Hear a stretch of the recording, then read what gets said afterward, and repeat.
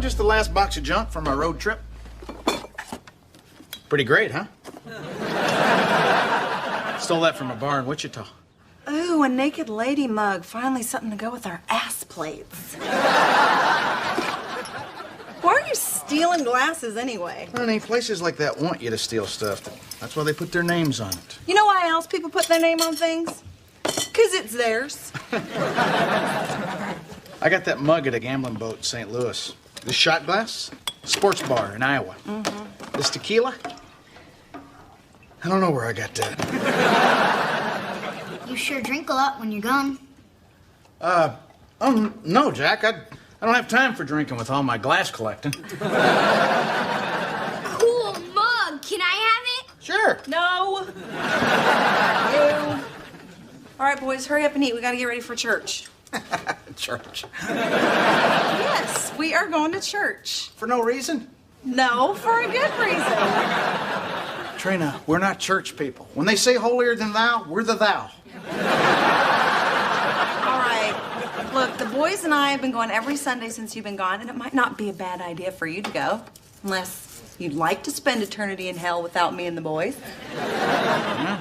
It's not like I wouldn't know anybody. Barry will be there, and your dad will be there. Maybe the naked girl that posed for this mug will be there. Dad's not going to church. I don't want to go either. Oh, thanks a lot, Jack. Now you run Sonny for everybody.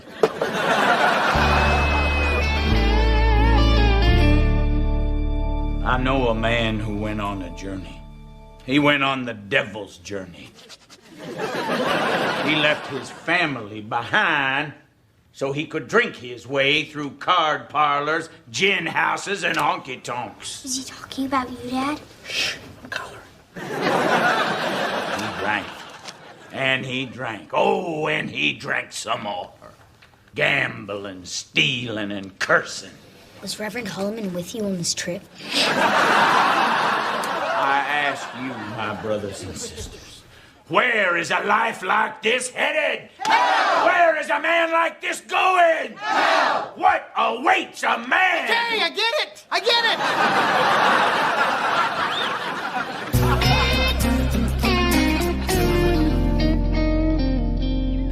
No. See, the problem with church is that Sunday morning just comes way too close to Saturday night for me. I mean, I'd go if they did it on, like, a Tuesday. Actually, Charlie, I think you'd like this new preacher. Yeah, Reverend Holloman does appear to know his business. Yeah, he's not so great. He said Dad was going to hell. No, he did not. He was just talking about people who do things like your dad does. So is this preacher single? I believe that he is. And speaking as a man that is totally comfortable with his own sexuality, he's not hard to look at. Well, if he's cute enough for Barry, then he's out of my league. Barry, let me ask you a question. Do you believe in hell? Hell yes, I do. Why are you asking? I don't know. It's just that I burnt my finger the other morning on the stove, and it hurt like a son of a gun. I'm not sure I could handle that all over my body for eternity. Well, hell's not for everybody. Is that why you go to church, because of hell? Well, that's part of it, I guess. But I really don't think of it as avoiding hell as much as I do working towards heaven. And going to church is just a part of my overall plan. Plan? Yeah. I mean, everybody's got to have a plan for the afterlife. You got a plan, don't you? Well, I don't know. I'll have to ask Trina. She does all our planning. You know, besides going to church, I also donate some time building houses for the poor, and I send some money to this little hospital in Appalachia, and after that last time me and you went to Vegas, I became an organ donor. Damn you, Barry. What? You think you know a guy? All these years in a bar, going beer for beer, sin for sin, and I find out you've been sneaking around my back. Working on some sort of plan. Well, Rodney, heaven is a big place. Maybe you just need to get a plan of your own. Well, that looks like what I'm going to have to do if I want to spend eternity with my family. Unless I can get Trina to knock over a liquor store and bring the kids with her. Barry, you think I'm going to hell? Oh, no, buddy. Absolutely not. You are definitely not going to hell. Oh, man. That preacher sure seems to think I was. Oh, really? Yeah. Well, he'd know better than me.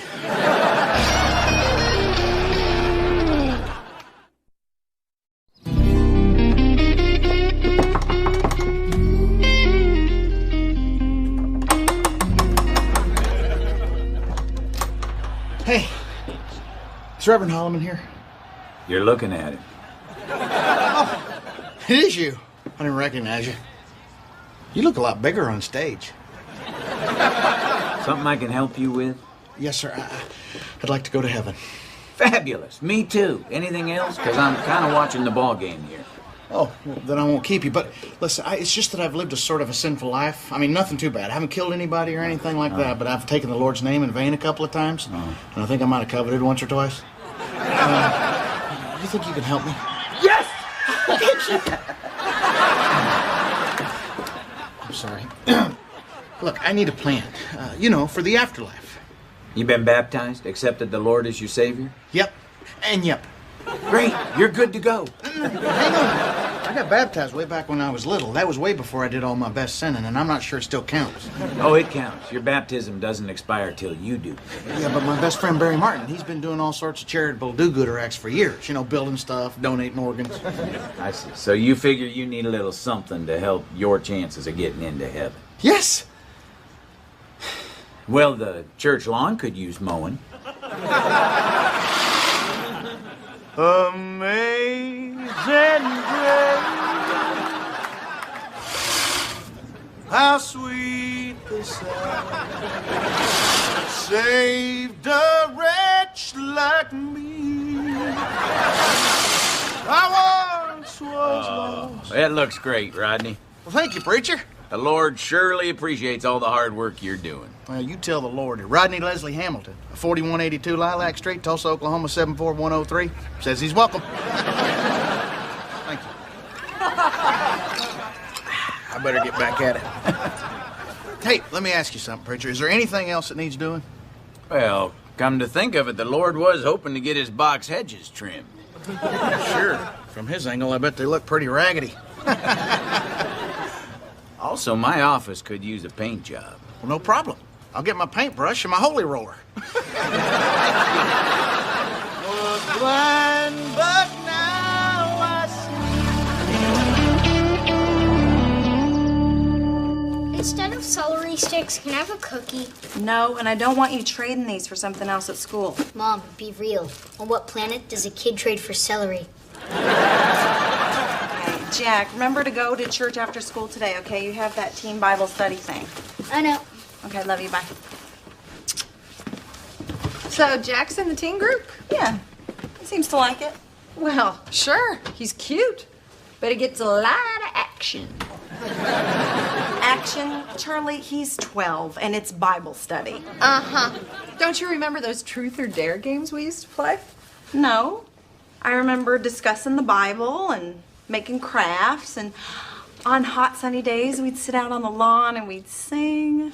I remember talking about boys and making out, and on hot summer days we'd skinny dip while the dorks were out on the front lawn singing. What? We were there together. How did I miss all that? Trina, come on. What did you do when we turned out the lights to pray in the dark? I prayed. Hey, Charlie says that all she did in Teen Bible group was hook up with the boys. Huh. Well, that explains why her name and her number is carved in so many pews. So, Rodney, I hear you're working for the preacher. That's right. You think you can mow your way to heaven? Don't mock my faith, Charlie. I'll have you smoked. What are you doing? Getting rid of the evidence of my sinful past. What are you doing with these towels? Trina, I stole these. The H really does not stand for Hamilton. Rodney, don't you think you're taking this whole religious thing? Where did you get all these videotapes? Oh, you're sick. Was sick, Trina. Was sick. That's the old Rodney. Okay, wait a second. This is mine. This is my Claudia Schiffer workout tape. I know.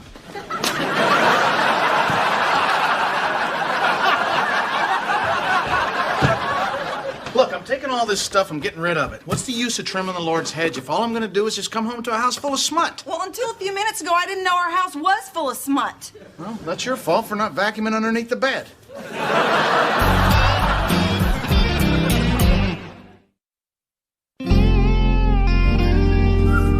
Hey, preacher. Morning. Hey, Rodney.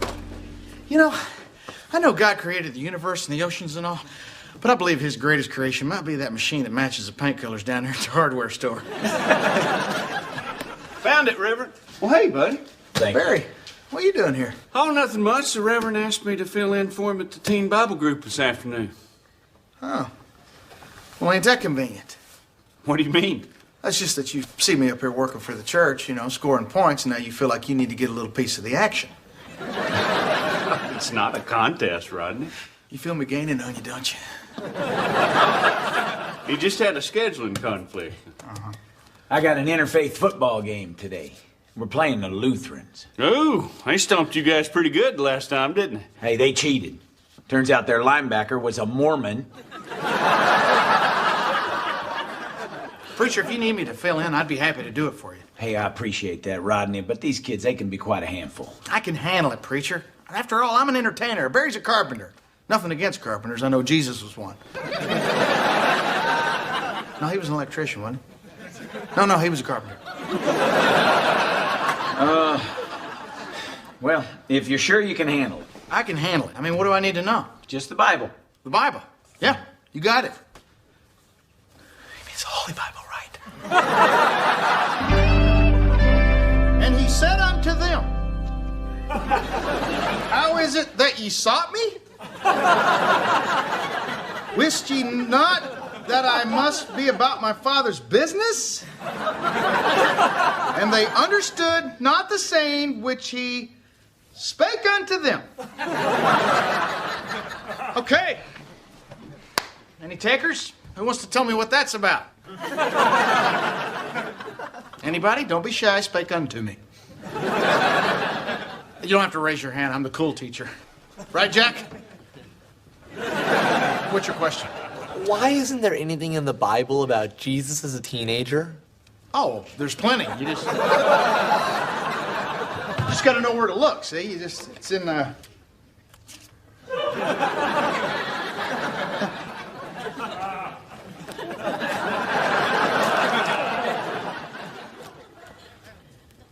Well, you tell me what he was like. You're the teacher, shouldn't you tell us? Okay, right. Teen Jesus. Well, we know he was cool. We know he was popular. I mean, after all, his dad was God. I mean, me and you, we might make a big deal out of that. My dad's God. He made the universe in 7 days. Your dad's on unemployment and hasn't been sober in 7 days. So you think he had a girlfriend? Well, some of your biblical scholars may disagree on this point, but I'm going to jump out there and say you betcha.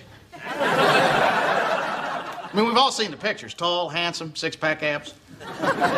Trust me, he was beating them off with a stick. Oh, I got one. Did Jesus read comic books? No.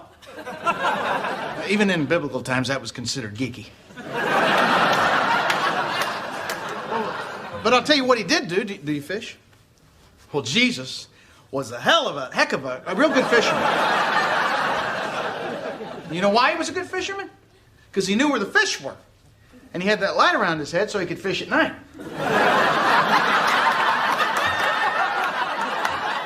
You're just making this up. Does it matter? Duh, yes. It's a sin to lie, right? Well, usually, but not all the time. Let's just say that I'm someplace and they're giving away free tapioca pudding on my birthday, and while it isn't my birthday, I tell them it is. Does that make me a sinner? Yes. You've answered enough already. Girl in the back, does that make me a sinner? Yes. What is wrong with you people? The point is it's not always easy to know what is or isn't a sin. It's not like they're carved in stone. What about the Ten Commandments?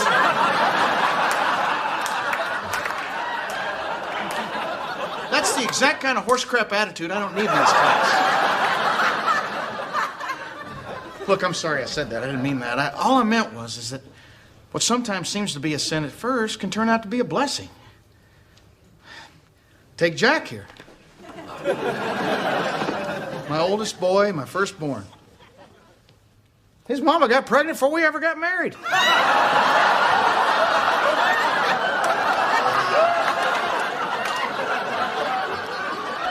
While technically that may be a sin, I mean, had we not done that, Jack wouldn't even be here. Isn't that right, Jack? Jack? Jack?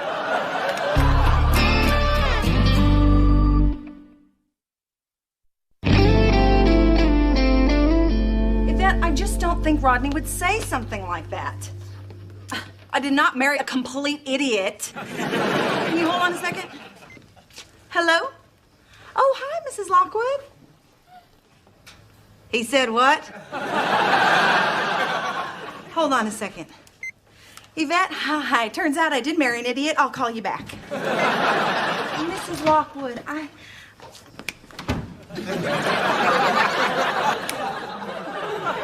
well, actually, he just walked in. Yes, I will tell him that, but that's pretty salty language coming from a choir director. Bye. Is Jack home? He's in his bedroom. Oh, good. I was going to give him a ride, but apparently he felt like running. Well, can you blame him after his dad told a church full of his friends the intimate details of the night he was conceived? It doesn't matter. Jack already knew that. But his friends didn't know, and their parents, who I see at church every Sunday, didn't know. Trina, I panicked. I thought I could just read to them. Then they started asking questions. All right. So you told them that lying isn't always bad, that sins are sometimes really blessings, that Jesus beat girls with a stick? Off. I said beats them off.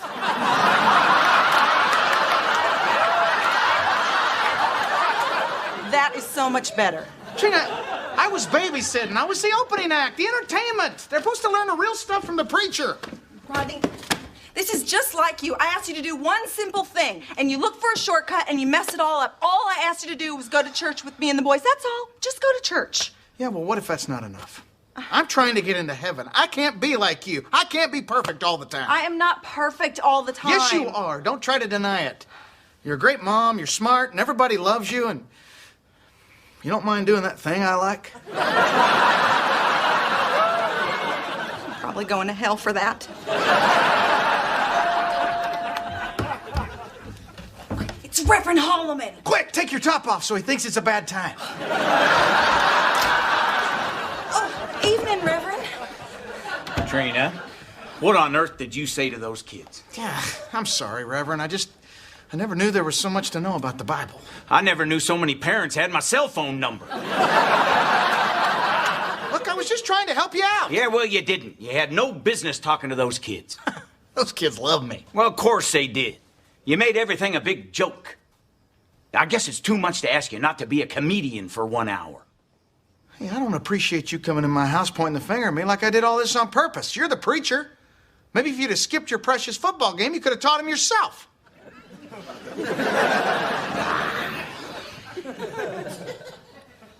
Why'd you get so quiet? You're not secretly damning me, are you?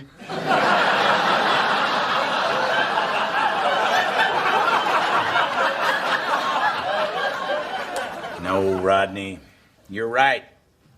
You know where I messed up? I didn't turn off my TV and minister to you when you came over on Sunday. Oh, you were watching the game. Everybody needs a Sunday off. Not preachers. That's kind of our busy day. Well, can I get you something to drink? Don't suppose you'd have a beer. Beer? Well, we might. I'll have to check. I mean, I'm not much of a drinker myself. Domestic or import? Preacher, I gotta ask you something. About that sermon on Sunday. Mm-hmm. How did you know all that stuff about me? I wasn't talking about you. I was talking about myself. I had a pretty wild life back in my 20s. You know, well, not to be critical, but I think next time you should tell them it's you because you're scaring people. Rodney, you're a good man. You try. That's all any of us can do.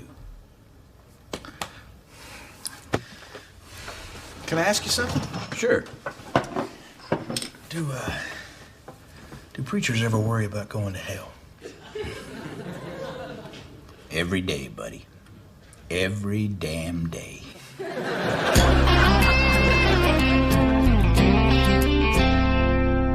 I tell you, this world is filled with evil.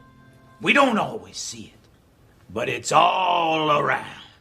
Why, just yesterday, sweet Mrs. Russell went to check our donation box over at the supermarket, and some vile individual had filled it full of pornography. Dirty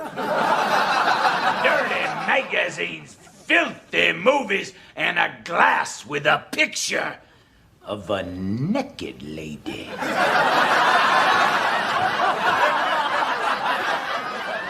If it wasn't for me, this guy wouldn't have nothing to talk about. Heavenly.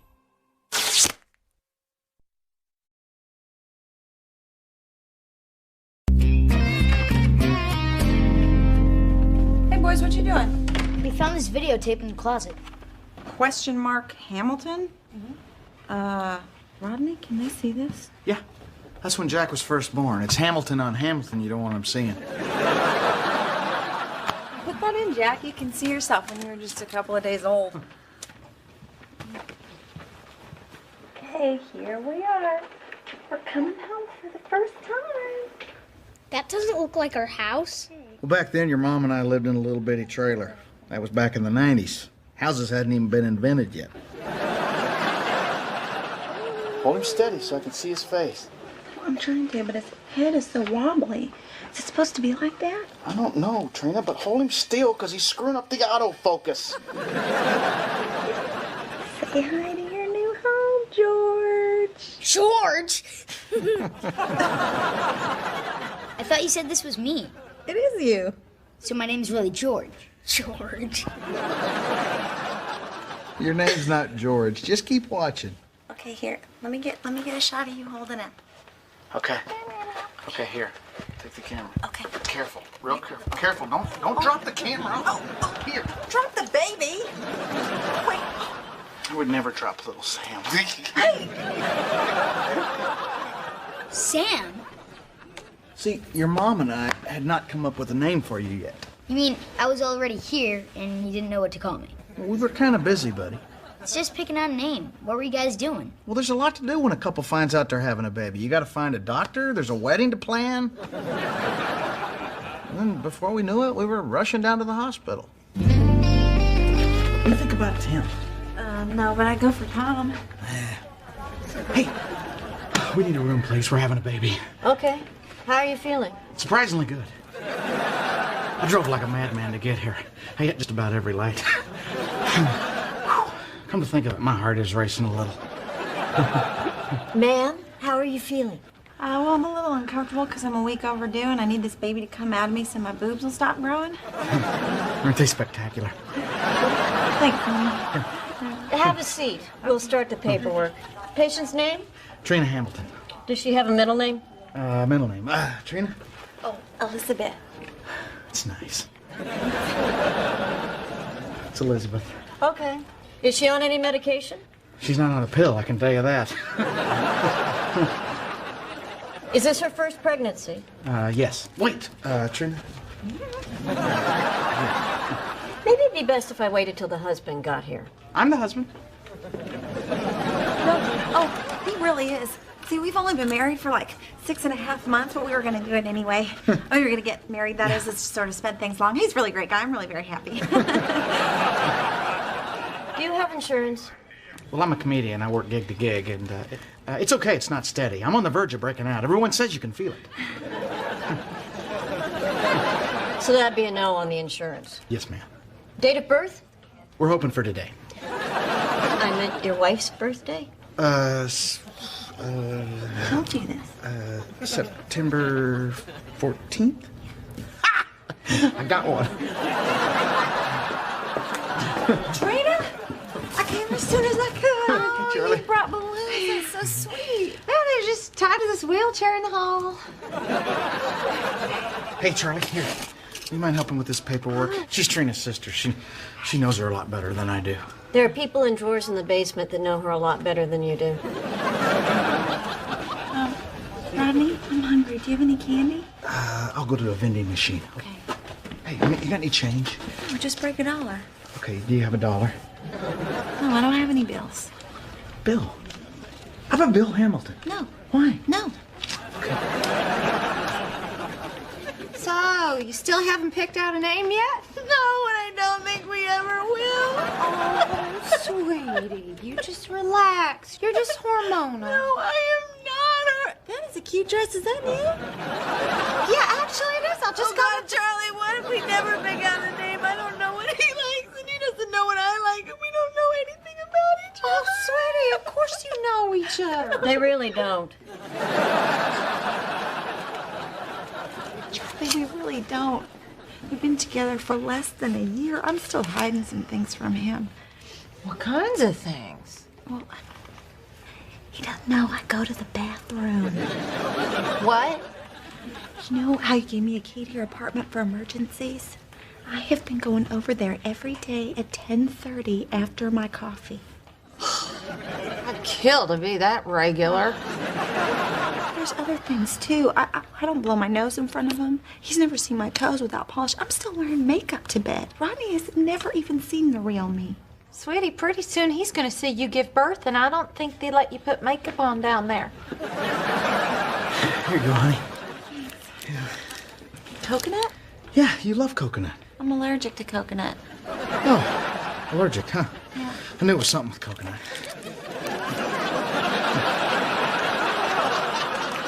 Oh, I'm not allergic.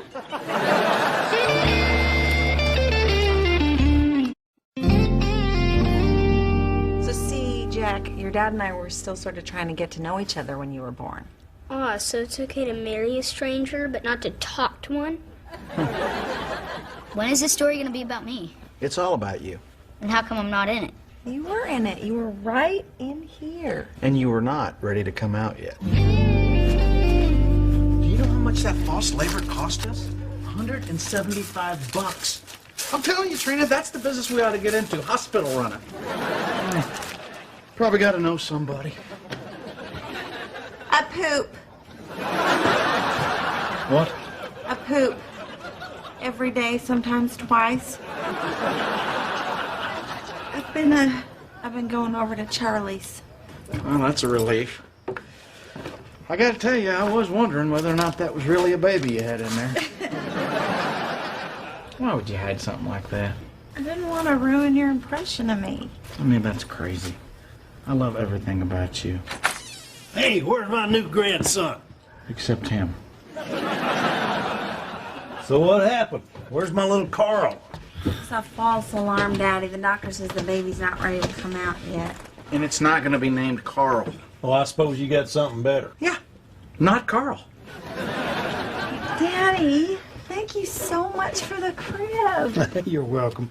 I just thought my little grandson deserved something better than a dresser drawer to sleep in. Well, that's where the joke's on you, Carl, because we don't have a dresser. You know something, Trina? You'd have a whole lot more nice things if you just let Walter, the parts vendor, have another chance. You know, even with the bun in the oven and the way you're spreading out back there, he still asks about you. She's not dating the parts vendor. She's married to me and we're having a baby, and I can take care of him just fine. You can't even afford a crib, jackass. That ain't fine in my book. You know, kids need stuff. What, are you going to tell jokes for shoes? Look, Carl, I'm this close to making it big, Carl. Everyone says you can feel it. Y'all just call me when little Carl pops out, okay? He's not going to be named Carl. He's not going to be named Carl. How long have you been drinking out of the carton? This carton? 3 days. I've never noticed you do that before. That's nothing. You don't see me open up a pickle jar with my armpit? Rodney, do you ever worry that maybe we don't know each other well enough to be having a baby? Would you stop letting your dad get inside your head? Everything's gonna be fine. In fact, the sooner we get the baby out, the better. We just gotta figure out a way to speed this thing along. Well, the doctor said I could exercise or we could have sex. Well, Trina, we can't afford another pregnancy right now. Let's just get some exercise. Oh my God, you're not attracted to me. No. Listen, it's just that I'm not looking at you like that right now because you're gonna be a mama, and I just feel like I need to protect you. I'm always gonna be a mama. You're never gonna want to have sex with me again. No, listen to me. Listen to me. How about Donnie? What? Yeah, for the baby. I like Donnie. Not short for Donald, just Donnie. Well, Oh my God, you ain't Donnie. You ain't a baby. I love all your names and all your personalities. What is that supposed to mean? Nothing. Okay. This is gonna be great. Wait a minute, honey. This is a private golf course. We can't just sneak in. Yeah, we can. Me and Barry do it all the time. It's gonna be great. All right, listen. Here. All right, we gotta work together here. Ready? Man. On three. Okay. 1, 2, 3. Oh! All right. Oh! All right, this ain't working. No. All right. I'm gonna have to get under this load. Please call me Trina.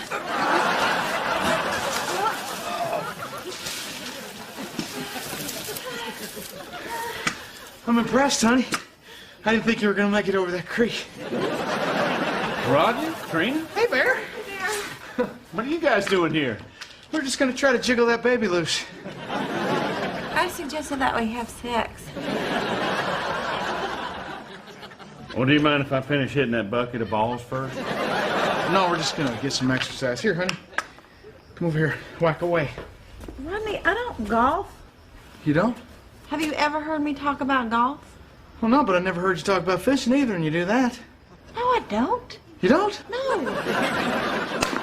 I'm gonna go for a walk. Okay, well, had a girl. Walk till he drops. You want me to go with you? No, that's okay. Okay. Here, take these. Get some balls while you're out there. And stay on that side, because we're going to hit over here. Just stay to the left, okay? Well, that is one special lady you got there. Don't I know it, Barry. I love her to death, but I'm going to tell you something. She's been acting awful damn crazy. And I'm not talking about cute crazy. I'm talking about hide the knives crazy.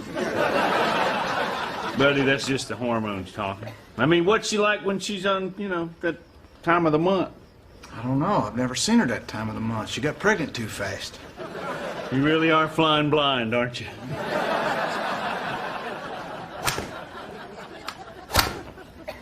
Oh, 4! She doesn't know what that means. Honey, go!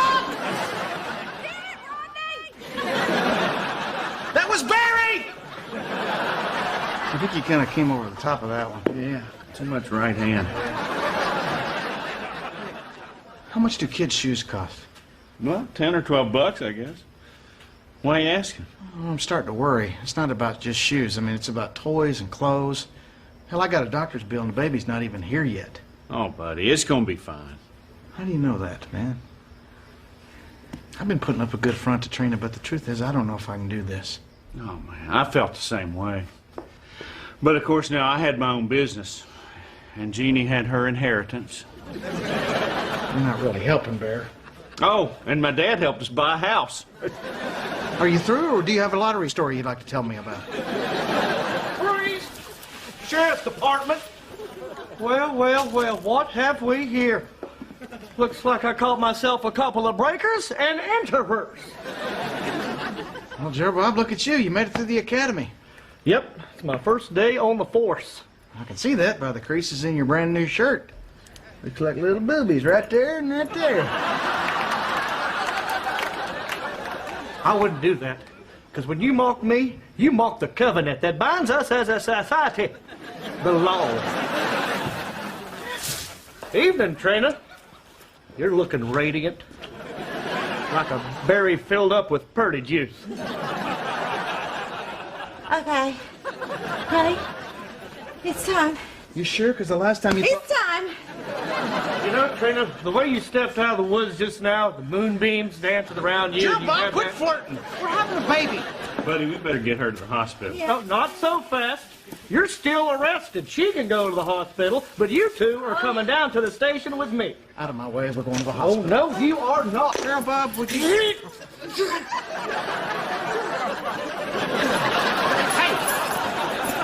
Here! Shut up, Bob!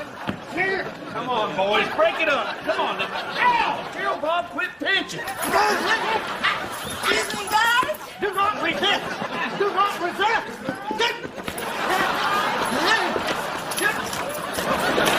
Damn it, Bobby! You're even more arrested now. I don't think I'm gonna make it to the hospital.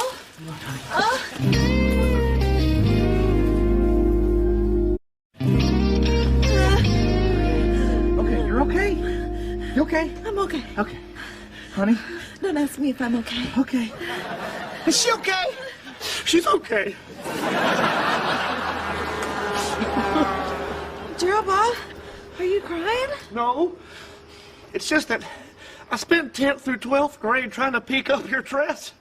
This is a bittersweet moment for me. Barry, where's the ambulance? Oh, it's on its way. Call it. I think this baby's gonna get here first. Okay, you're gonna have to push. Rodney, I don't think I can do this. No, you can do this. Honey, just try. Okay, okay. Oh. You fellas need some light? Great, thanks. Who are you? Name's Gus. Heard you needed some help over my CB. Well, thanks, but we don't need a crowd. Hey, Gus. Hey, Henry. What the hell? How's she doing? Fully dilated? Already pushing? I was just explaining to your buddy here that I'd like to keep this kind of small. Sorry I'm late. I pulled through a drive-thru and got her some ice chips. For God's sakes, Barry, get over here and help. Oh, no, buddy. If you need anything at this end of the truck, I'm here for you. But down there's your wife's intimate domain, and none of us need for me to see that.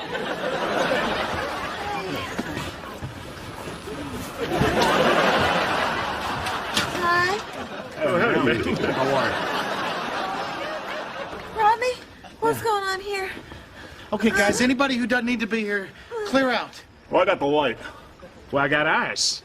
I'm a certified doula.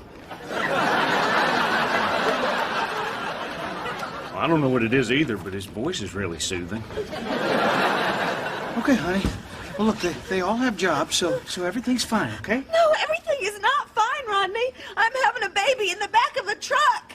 A truck, Rodney. A truck. A truck. See? I told you she was crazy. I am not crazy. I am seeing things for how they are, okay? We did everything backwards. We met, we got pregnant, we got married, and now we're having a baby, and you don't know anything about me. I know you poop at your sister's. What's wrong with you? Why are you worried? I am worried. I'm worried sick.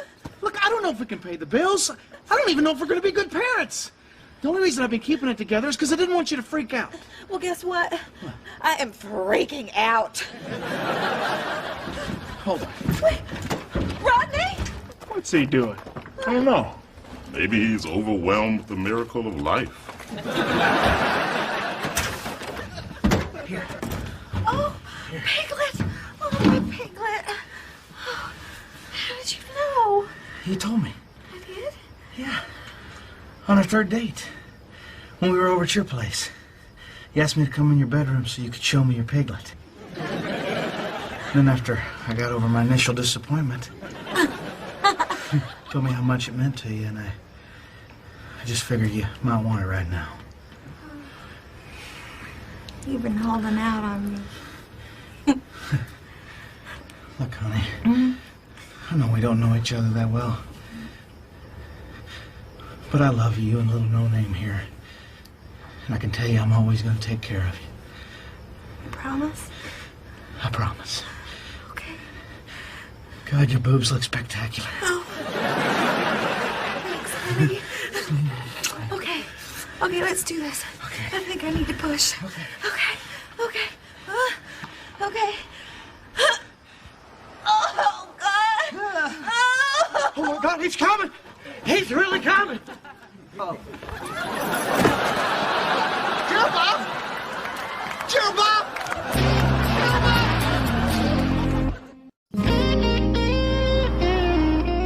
So we took you to the hospital, we got you checked out, brought you home, named you Jack, and the rest is history.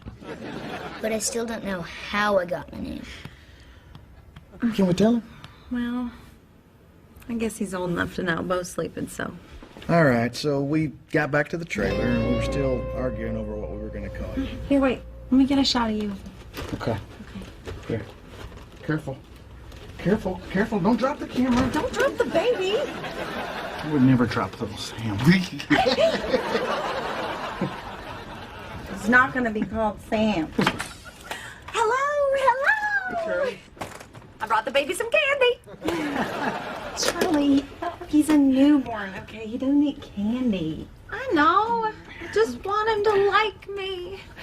See, he would have liked me if I would have been at the hospital for the birth, you know? We would have had that bond, but now I'm just going to be his crazy aunt who gives him his first beer and who accidentally walks to the pool without my top on in front of his friends. Can I hold him?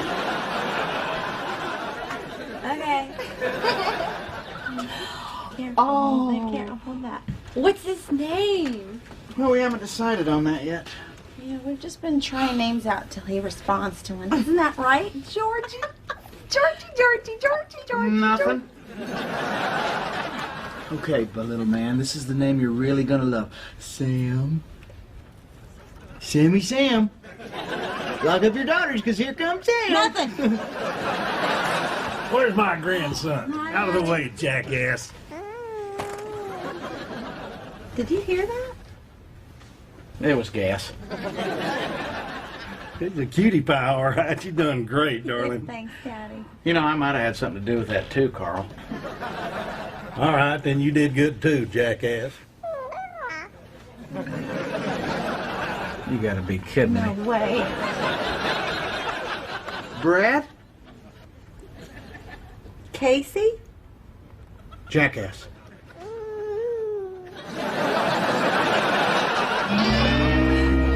I was named after a curse word? Well, just the first half of one. You gonna be okay? That is so cool! So my middle name is... So you don't have a middle name? I gotta go call my friends. Well, I guess it wasn't gas. He still seems to like it. Come on, sweetie, let's go. Come on, time for bed. What happened? How'd Jack get his name? My favorite book, Jack and the Beanstalk. Mm-hmm. Jack and the Beanstalk. That's not what Grandpa Carl told me. Okay, good night. It's time for bed. Let's go. Heavenly.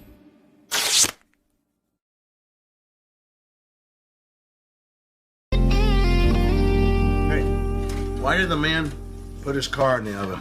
I don't know. Why? I'll have that hilarious answer as soon as I finish this frozen treat. Jack, shut up!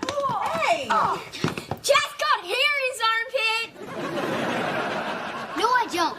Uh-huh. I saw him staring at it in the mirror and combing it with his fingers. Did you hear that, honey? Jack's got a pit here. Well, this is a sensitive time in your brother's life, so I'd appreciate if we don't make a big deal out of it, okay? Here, honey, get a picture of me in the hair. Jack, get in here! Rodney! Oh, come on. Go outside the car. What? Did you see that Jack is upset? What has he got to be upset about? Because he's starting puberty, okay? And I feel bad because we should have already had that talk with him about sex and all the changes that his body's going through. We don't need to tell him. There's usually a 7th grader with a beard and 2 kids. He'll tell him. Rodney, get in there. Have that talk with Jack. Oh, great. The one time you want me to talk dirty, and it's to our son. I'll get that. You get in there. Hello? Hey, how you doing? Okay, can I have him call you back? Hey, buddy. How you doing? Jack, listen, I want to apologize. I probably should have told you this a long time ago, but we weren't sure how to bring it up. You're half gorilla. Dad, it's not funny. I know it's not. Pretty soon you're going to be peeling bananas with your feet, chewing on used tires. The upside is you're going to be deadly accurate when you're throwing poop at your little brother. Dad, I'm really not in the mood for this. Look, Jack, this pit hair thing is no big deal. It's just a part of becoming a man. I mean, it happened to me. Look at this. I don't want to be a man. Are you kidding? Being a man is great. You grow big muscles, your voice gets deeper. You earn $1 for every 68 cents a woman earns. I'll get muscles, like big muscles? I'm sorry, Jack. What did you say? I could not hear you. You know what the best part about becoming a man is? Everyone just assumes you know what you're doing. But what if I don't? You hardly ever do. But the cool part is, if you get stuck, you just look at your watch, leave the room quickly. And everyone will think you're a man and you got better things to do. Does that really work?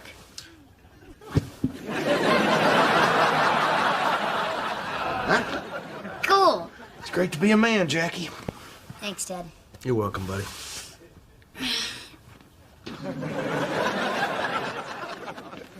Did you have the whole talk? That wasn't very long. Honey, length doesn't matter. Oh, God, I forgot to tell him that. Who was on the phone? That was Barry. He wants you to come over to his house. Did he say something was wrong? Why would something be wrong? Well, I mean, he never has me over unless it's some sort of bad news. Okay, what exactly did you tell him?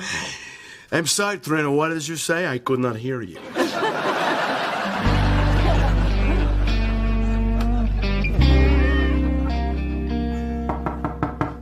Come in. Hey, buddy. Hey.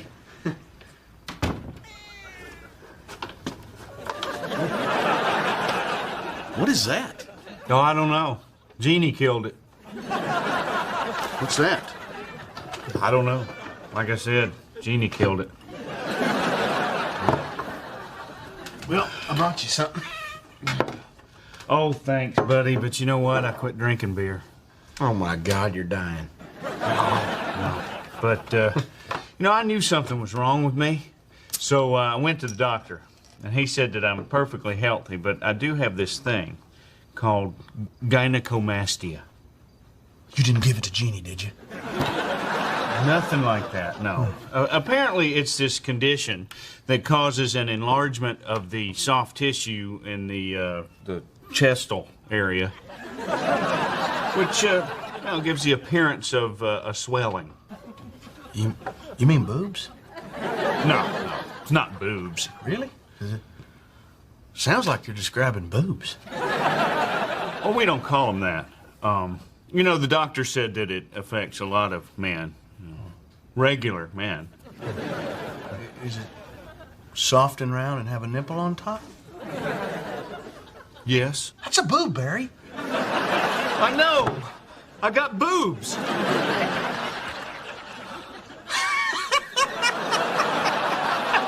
Well, what's so funny? It's just that, you were a good friend before, but now you're perfect.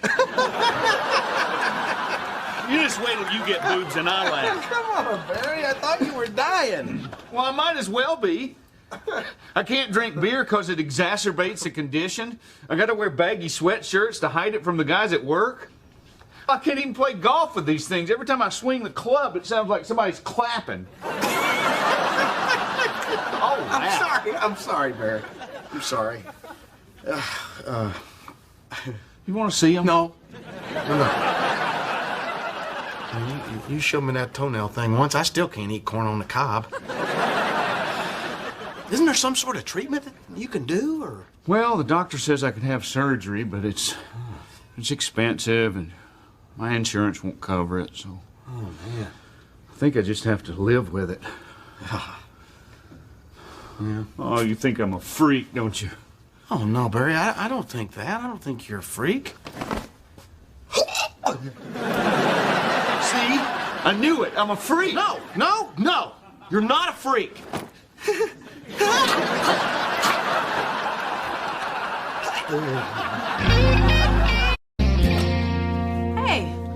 Hey. What's going on over at Barry's?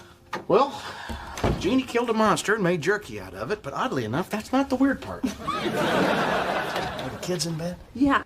Listen, I don't know what you said in your talk with Jack, but I love it. I was taking this garbage bag out tonight, and Jack takes it out of my hand and goes, "That's a man's job."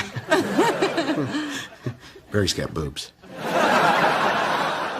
What? Barry's got boobs. Well, I don't understand. Where did Barry get boobs? On his chest, Trina. Where do you think? If they were on his coffee table, I'd still be over there. about? Barry's got this condition. It's not life-threatening or anything, but it causes men to get, It's not funny, Trina. It is kind of. I know. Oh, God. What is he gonna do? There's nothing he can do. I mean, the surgery's too expensive. His insurance won't cover it. I just feel so bad for him. Well, you know, maybe he could get one of those minimizer bras. What's that? These bras are actually designed to push boobs down and hide them. Huh. Never thought I'd be in favor of something like that.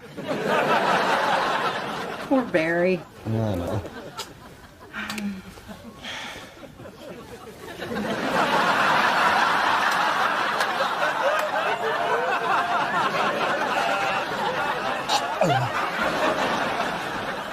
Got any potato chips?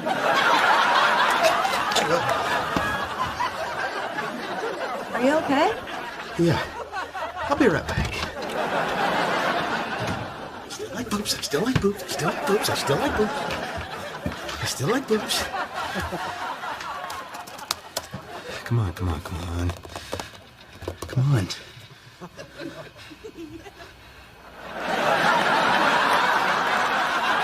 You got any potato chips? Damn you, Barry. Now the internet's just a learning tool.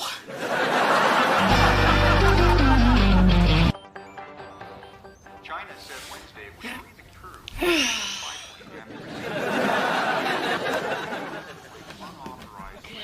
Hey, want to play Army later? Army's for kids. Now, if you don't mind, I'm trying to watch Good Morning America.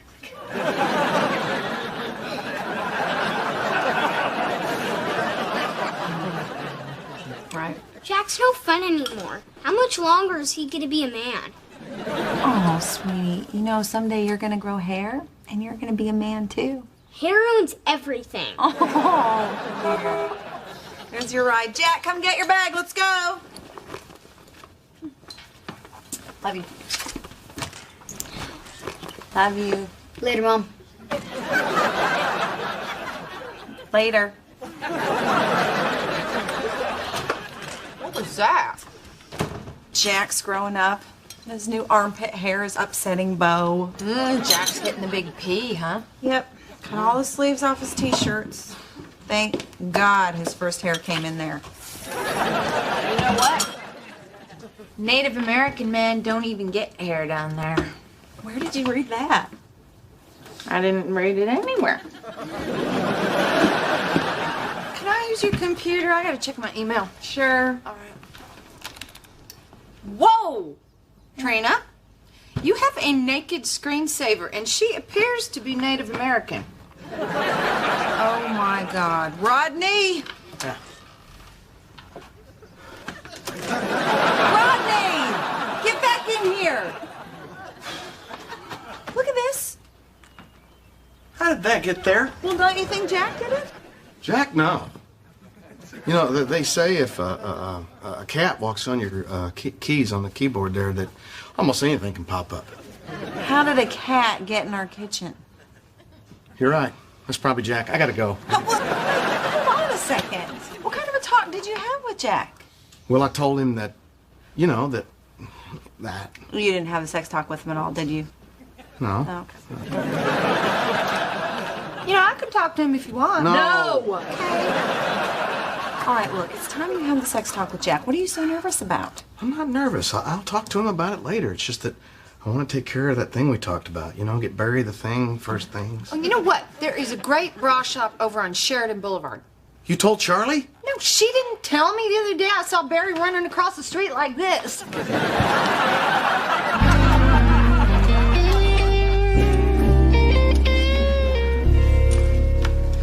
Well, Barry, I've said it once. I've said it 100 times. Let's get you a new bra. Don't call me Barry. Call me by my code name, Dr. Smith. How come you get to be a doctor? Because I thought of it. All right, well, if you get to be a doctor, then I get to be a senator. Did you guys need some help? Yes, ma'am. My wife needs a bra. Great. Do you happen to know her size? Yeah, she's Barry's size. Dr. Barry. She's roughly Dr. Barry's size. I'm a senator, by the way. Well, your friend is pretty broad. You know, women are shaped differently than men. Yeah, those were the days. Well, to help you guys out, I really need her cup size.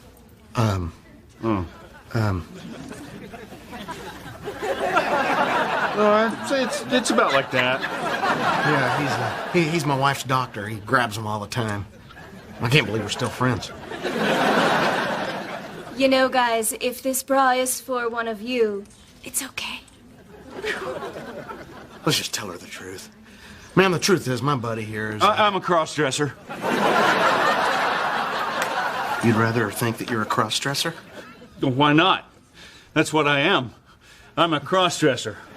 And I'm proud of it, Senator. Well, I think I can help you. Are you looking for something flirty? Oh, hell no. No. I just want something to flatten me out. So you're a shy transvestite? I'm a complicated man.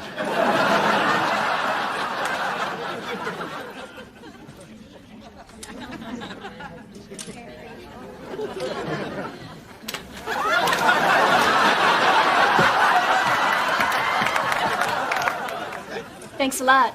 Oh, I've always believed if you love something, you should set it free. Rodney, help! What is it? I got this thing on, but I can't get it off. Okay, but don't show them to me, because ever since you showed them to me the last time, I haven't been able to look at Trina without seeing you. I'm sorry this has been so difficult for you. I'd be more sympathetic if I weren't in a women's dressing room trying to cover up the breasts I've recently grown.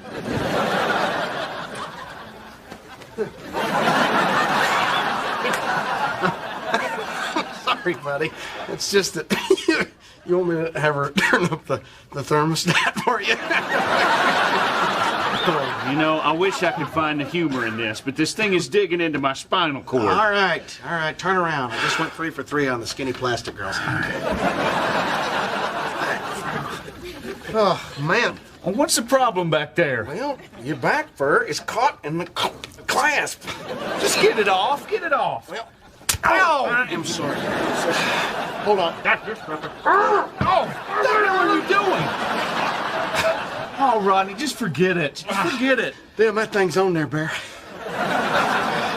This is never gonna work. Look at me. I'm a grown man wearing a bra. Look, buddy. Me and Trina don't have a whole lot of money, but if you want to have the surgery, we'll give you what we got. It's not the money. I got the money. I didn't know how to tell you this, but I just never had surgery before. I'm scared to death. That's all right. There's nothing wrong with a man being scared, Bear. Well, as you can imagine, I haven't felt like much of a man lately. Well, if it's any consolation, I don't judge a man by the size of his boobs. I never have. You know, when I was younger, they were something to see. Oh, look, buddy, whatever you decide, I support you. You want to keep them, keep them. If you want to have the surgery, have the surgery. I'll be there with you. I'll hold your hand if you want me to. Thanks, buddy. I appreciate that. Yeah.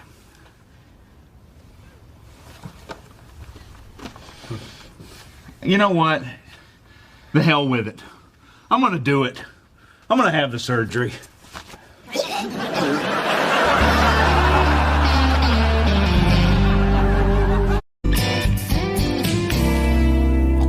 Hey, hon, what you doing? Oh, Jack's been helping me out by opening every single jar in the pantry. Well, maybe I should have that talk with him now. Good. Here. What's this? It's a book I got you on how to talk to your kids about sex. Jack's outside. I didn't need a book to learn about sex. I learned from women telling me I was doing it wrong.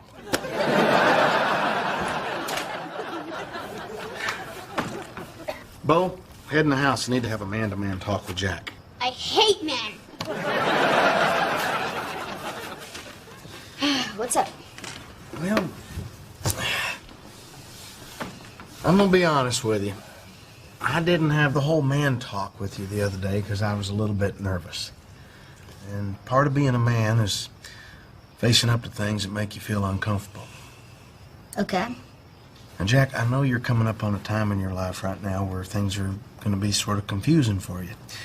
And I want you to know that if you have any problems or questions, that you can always come to me no matter what. Thanks, Dad.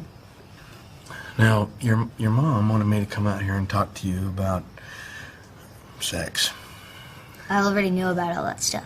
Oh, good. Great. I mean, I figured you did. But since she's looking out the window, I figured we could just do that thing where you kind of look at me and nod every now and then and look interested. Like the firecracker talk. Exactly. Okay, now, I'm just going to shoot through a few things here so we can kill some time. First thing I want you to do is put your hands over your ears like I just said something really disgusting. That's good, but don't oversell it. Okay. Now, the first thing that's going to happen is you're going to start noticing girls. I'm already doing that. You are? That's great. I mean, you know, you're going to want to talk to girls, too, and you're going to want to hold their hand. Dad, I've already kissed a girl. Great. Check mark on the kissing.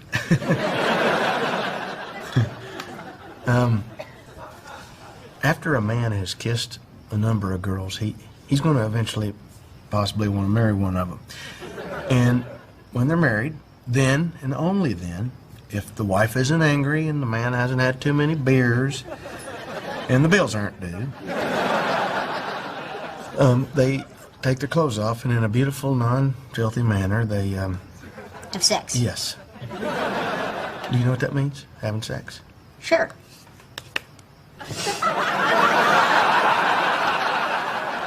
What was that? Well, what was what? That thing you did with your hands. What is that? You know, sex.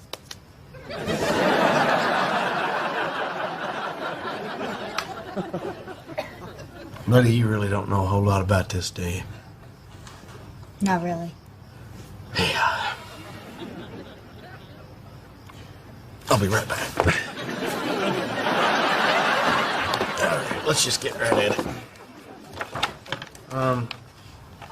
Okay. Here's a picture of a boy here.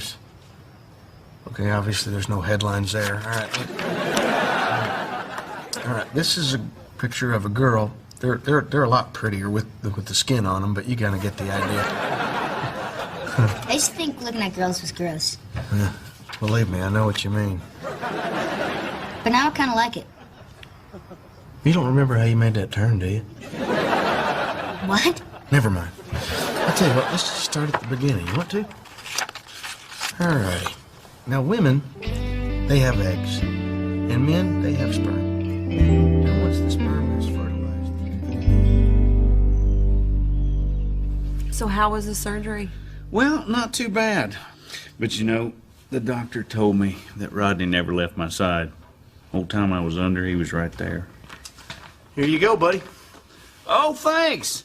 You know, I was afraid that when I became flat-chested again, men would stop buying me beers. What was that for? Because I think you're sweet.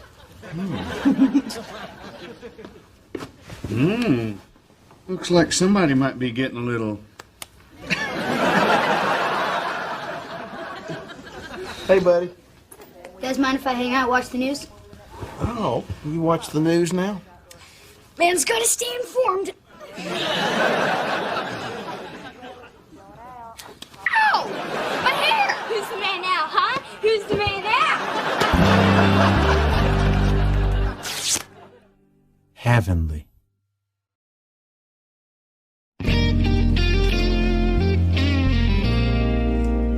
Steve was the best hamster a kid could have. Ran on his wheel, drank his water, and ate his pellets. I miss you, Steve. You want to say something, Jack? Does this mean we can get a dog now? No. All right, come on, Bo. That was a lovely service. Let's finish carving up our pumpkins. Wait, what about you, Mom? Don't you want to say something about Steve? Yeah, of course I do. Steve loved playing in his cedar chips and hiding in shirt pockets, and I think he taught us all a valuable lesson. Make sure your shirt pockets are emptied out on laundry day. No hamster could ever replace Steve. No hamster will ever replace Steve. Dad's home. Bye, Steve. Dad! Hey! Hey, honey. Sweetie. How you doing? Good. How was El Paso? I was all right. They misspelled my name on the sign again. Instead of comedian Rodney Hamilton, they put free parking. Hey, buddy, where's my hug? Oh, Bo's a little sad. We lost Steve. Oh, I hate to hear that. I'm gonna miss Steve the hamster. He was always so fluffy coming out of the dryer. Well, listen, buddy. I got something that's gonna cheer you up tonight because we are gonna have the Halloween of our dreams. I don't really feel like trick-or-treating. Well, you will. Because, listen, we're gonna do something different this year. We're going to what's called a gated community, where the houses are bigger, the people are richer, and the candy bars are so big they'll make your toothbrush rot. Sweet. So what is all this stuff? Well, after my show, I made a quick trip across the border to Juarez and picked up some cheap Mexican candy. I was like a kid in a cheap Mexican candy store. This is awful. My mouth is burning up. These are chocolate-covered jalapenos. Is this what kids eat in hell? So what, your truck is filled with weird candy? No, I actually got us some great costumes and some Halloween decorations. Some kid sold me like 3 boxes for $10. Kid? Yeah. He was just standing on the corner.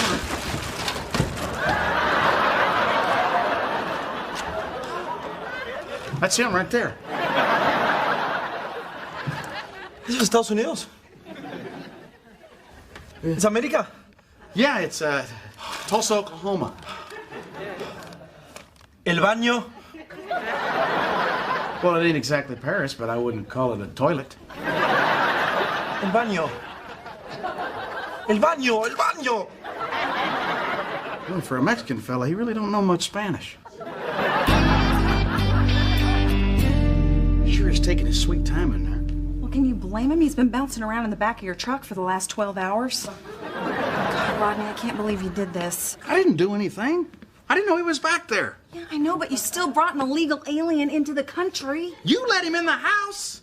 I was fine with him peeing in the bushes. What are we gonna do? I don't know. What did we do the last time you brought an illegal alien into the house? You know, I'm not appreciating your attitude right now, because we're in the middle of an international crisis. What are you doing? I'm looking in the phone book. They have all kinds of information on this stuff. Oh, yeah? Information on, like, how to return a Mexican? You got a better idea? I can't think of any ideas. He's in there hogging my thinking room. Oh. Yeah, I know. Oh. Su casa is beautiful. Oh. Gracias very much. Okay, buddy. Well, good meeting you. Thanks for the deal on the decorations, and happy Halloween-o. Cierto. Esto es por traerme aquí. No. This is America. Bathrooms are free. Unless you get caught doing it in public, then it's $237. No, pero es para el viaje. Para el viaje. Oh, para el... I think he's trying to pay for the drive. Ajá.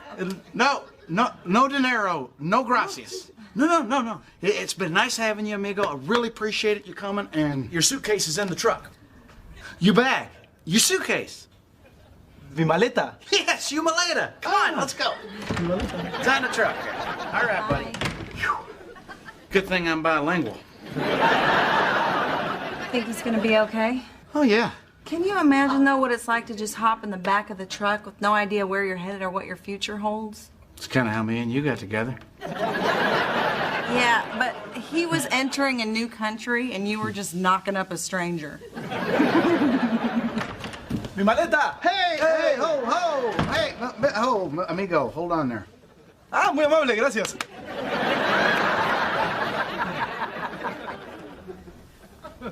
Wow.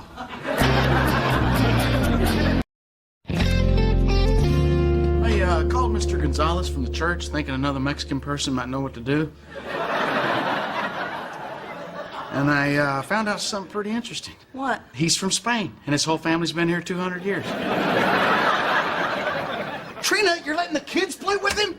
Yeah, they're getting to know him. I think it's sweet. No, it's not. I don't want him knowing anything about us, and I don't want to know nothing about him.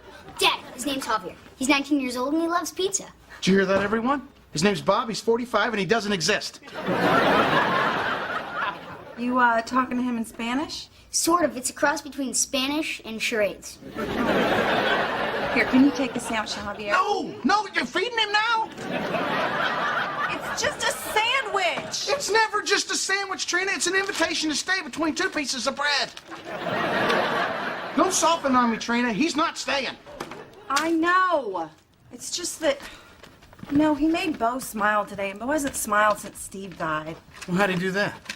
He said that today in his country is Dia de los Muertos. Okay, well, muerto's obviously Spanish for hamster. What's the rest of it mean? He said that in his country it means Day of the Dead, and that if you put candy on Steve's grave tonight, that his spirit will come back into the house.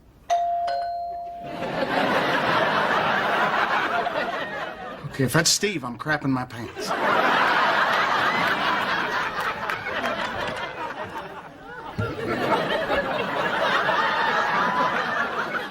How do you like it? I started with the beer stein and built around it. Where's that kid you smuggled in? He's in the back, raising pets from the dead and eating sandwiches. We tried to get him to leave, but he came back. Well, it's a good thing he did. If he got picked up by immigration, he could implicate you. Well, how could he do that? He only knows like 3 words in English. Comida Rodney Carrington. Yeah, you're right. How could those 3 words get you in trouble? Hey, Rodney, I had a contractor buddy that got in trouble for hiring illegals, and the government took away his license. They don't mess around with that kind of stuff. It's not my fault. It was an accident. Okay, well, that defense will probably work if the presiding judge is 7. Gerald, what are you doing here? Just following up on a tip. What kind of tip? The tip that this neighborhood might be victimized by some Halloween hooligans and pranksters. As has been the case in years past, obscene pumpkin carvings, flaming bags of poo, things of that nature. So, of course, I thought of you. Well, now, Gerald, Bob, we don't do that stuff anymore. We've learned our lesson. Yeah, you won't find any lawbreakers around here. Yeah, Gerald Bob, you don't need to keep your eye on us. I know I don't have to keep my eye on you, Trina. I just choose to.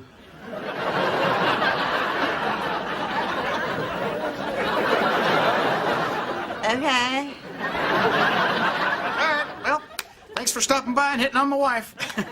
Halloween wouldn't be as creepy without you. Hold on a minute. What do I spy with my little eye? Well, what? I don't spy nothing. I believe I see me some bona fide Mexican contraband. Son, I think you know what I want. Chocolate-covered jalapenos. I love these bad boys. Help yourself, Gerald Bob. Take all you want. All right, thank you. Wait a second. You gonna eat that? Gracias. Yes, sir. Choco Pinos are an acquired taste. I'm probably the only person who likes them outside of Mexico. I'm watching you.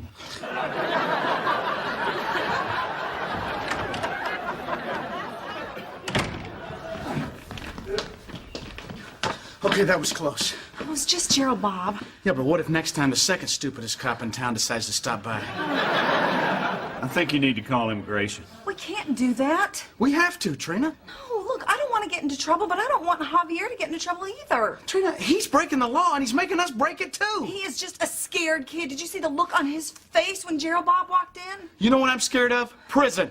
I'm muscular with petite features. I'm exactly what they're looking for in there. I really don't think you have any choice. All right, fine. I'll make the call. I just wish there was another way. Dad, Javier's never been trick-or-treating before. Can he come with us? I don't know, buddy. Please? Well, you know, it might be a good way to keep an eye on him. All right. Go find him something to wear. Put on your costumes. Barry, you look ridiculous. Well, those are mighty strong words coming from a man with petite features.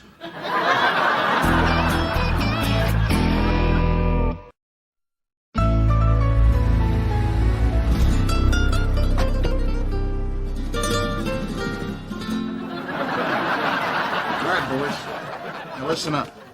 On the other side of that fence is a dream world, otherwise known as the land of big candy. Actually, it's the Crestview Hill Estates. And every house in there is built with highest quality fixtures and state-of-the-art construction techniques.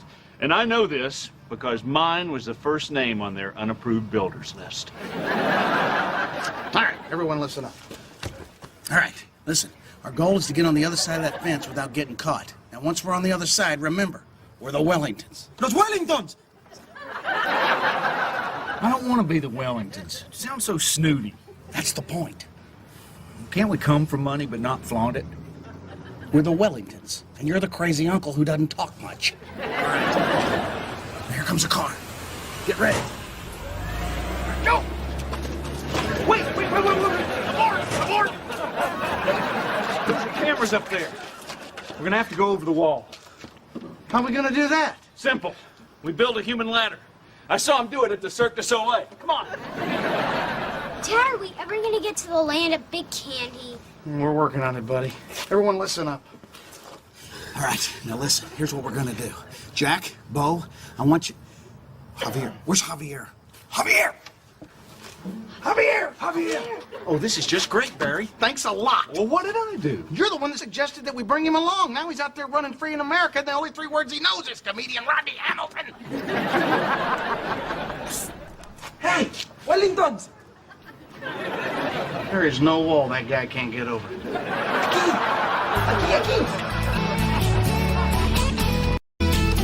Hey! Hi.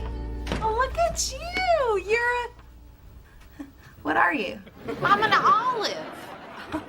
I'm supposed to go to a party later as half a dirty martini, but my glass canceled on me. Without him, I just look like a big booger. Who are you talking to? No one. I'm on hold with immigration. Rodney brought home an illegal alien. Oh my God. How tall is he? What?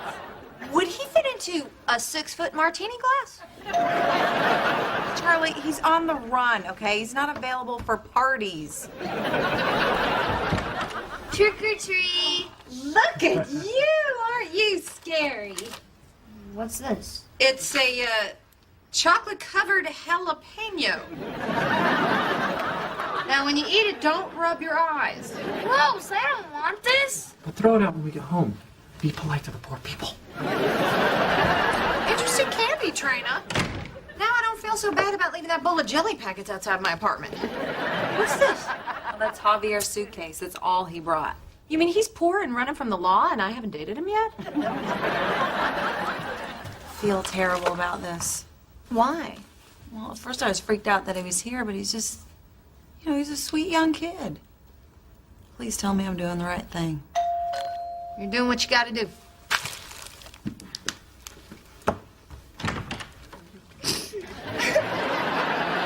You touched your eye, didn't you? All right, come on.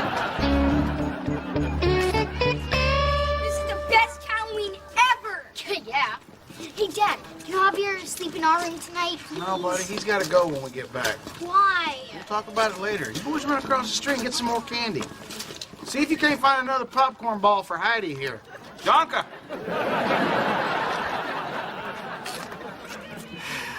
Pretty amazing, huh? One of these days, me and my family are gonna live a key. Or somewhere like a key. ¿Por qué? Your life is perfect. Oh, it's nice. I wouldn't call it perfect. Well, maybe compared to him, you got it pretty good. Comedian Rodney Hamilton. You get your dream. Thanks, buddy. I hope you get yours too. I get it now. Aquí. In America. That's it? Just being here is your dream? That's it. Dad, it was awesome. Bo started wheezing, so they let him take a whole handful. We got trouble. We're the Wellingtons. We're the Wellingtons. Evening. Good evening, sir. How are you doing tonight? You folks live around here? Of course we do. Why else would we be here? Well,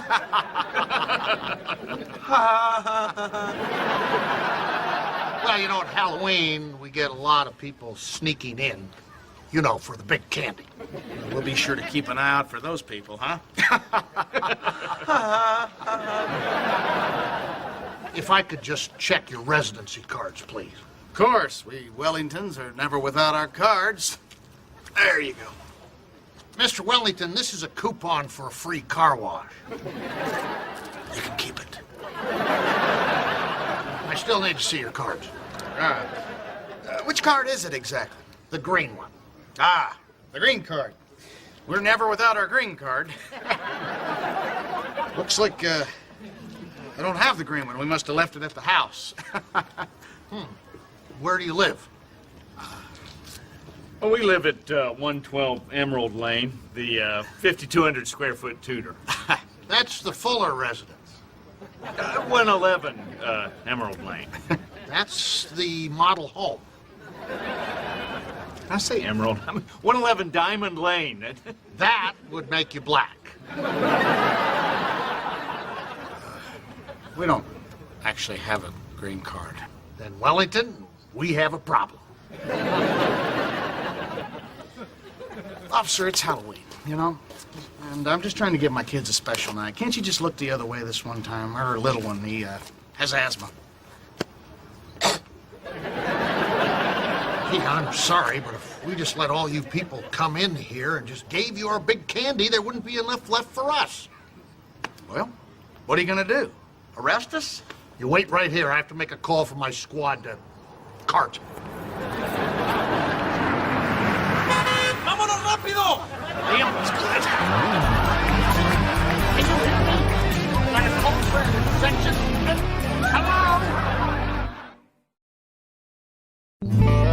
Dad, want some chocolate cacahuate? Watch your language. Jackson chocolate peanut. Yeah. Cacahuate's what I'm gonna be in when your mom finds out how much candy you boys ate. It was fun, it was fun, it was fun, it was fun. Well, are you eating a wrapper? Yeah.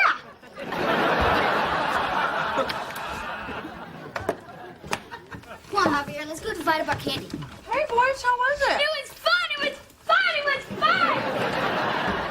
You told them they could each have only 3 pieces of candy, right? I don't know what I told them, but that doesn't sound familiar. Who's on the phone? No one. I've been on hold with immigration ever since you left. Huh. How tall are you? About 6'2". How would you like to go to a party as the other half of a dirty martini? Well, Jeannie's expecting me home, so... Okay. So what are you, like the booger in the dirty martini? I am an olive, and it's better than your gay jumpsuit. You guys take care. Bye. Who threw the chocolate jalapenos all over the yard? Everybody. Hello? Hello? Immigration? Oh, finally. You guys are hard to get a hold of. We just have a little situation. It's not a big deal. Hold on just a second, please. Over here. Listen, I'm sorry. We could all be in trouble for having you here, and I wish there was something else we could do, but there's not. I understand.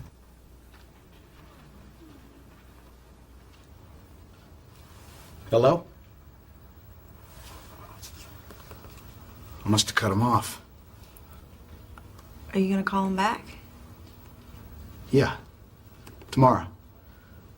I'll call him back mañana.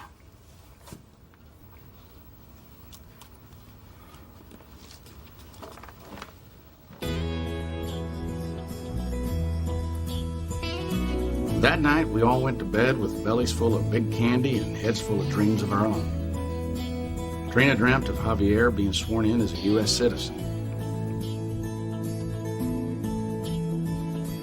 Jack dreamt that he and Javier had opened their own pizza place. And Bo, well, he didn't sleep that night. As for myself, I dreamt that Javier and I both got that better life we were looking for. In fact, we were neighbors at Crestview Hills Estates. Hey, that's not so far-fetched.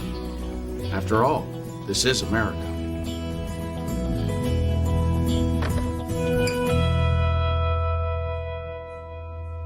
Heavenly.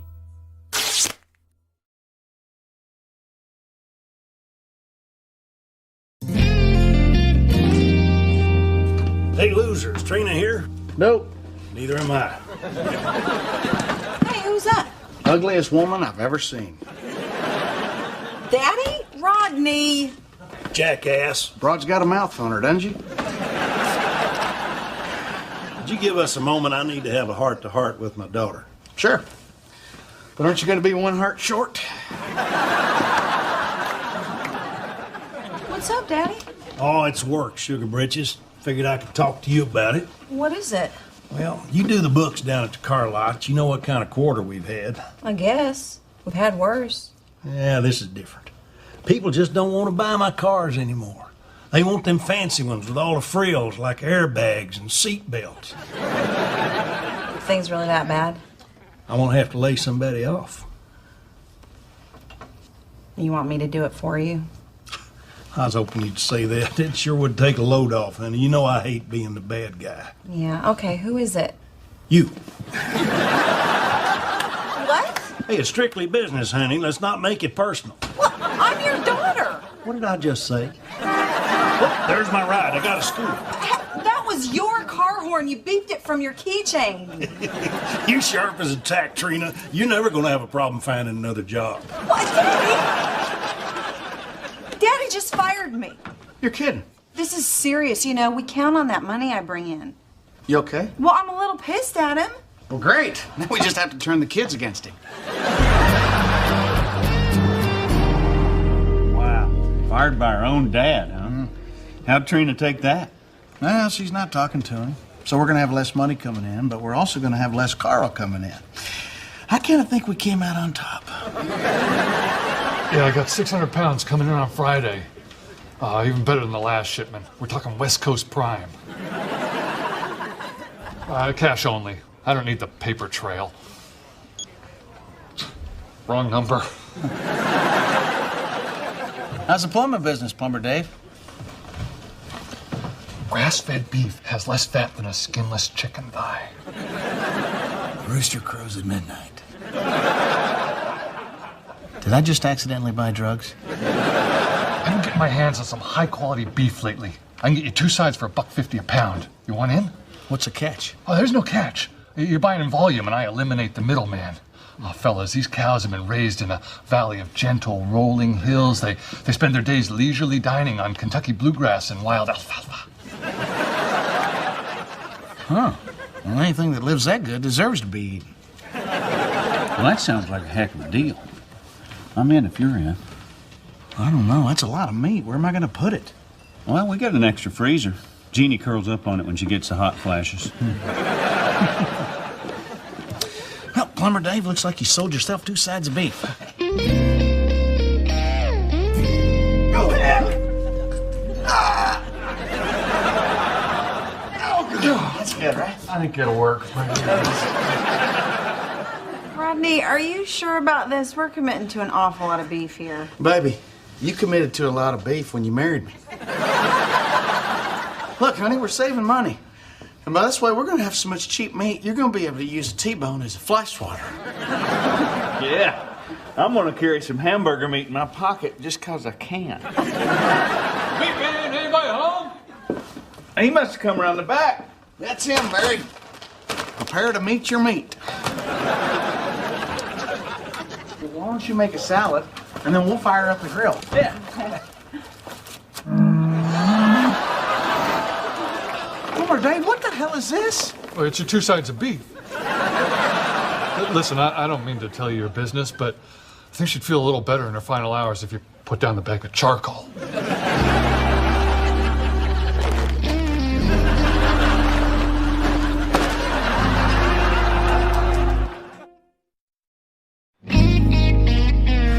Plumber Dave, we thought we were buying two sides of beef. And here they are. You can keep the head and ass, no extra charge. All you have to do is divide her up. This is not funny, Trina. Look, you know, Plumber Dave, we thought you were going to deliver it pre-sliced. That's where most of your costs are. I told you I eliminate the middleman. Oh, we should have told us the middleman was the butcher. It's not funny, Trina. Rodney, you are not buying this cow. Look, there's plenty of people waiting in line for me. I can take her back if you can't handle it. Oh, we can handle it. Look, no one says that we can't handle it. Then let me be the first. In that case, I'll be on my way. Rodney, Barry, Trina, Cal. What makes you two think you can butcher a cow? Because we're men, Trina. And that's what we do. We kill things. We're not proud of it, but it's who we are. Oh, please, you get grossed out when you step on a snail. Dude, well, I'm not a big fan of that either. I mean, first there's that crunch and then the smush. A cow? Cool! He's huge! Can we ride him? Hold on, boys. Nobody's getting attached. I'm gonna name him Keith. Nobody's naming anything. This cow is not going to be here that long. How come? Yeah, where's he going? Well, boys, look, here's the thing. You're gonna kill him, aren't you? Kill him? Why would you kill Keith? Nobody's killing Keith. Look, could we all just stop calling it Keith? Look, boys, we're cow sitting. We're cow sitting for the neighbors. I'm gonna go make Keith a hat. Wouldn't spend much time on it.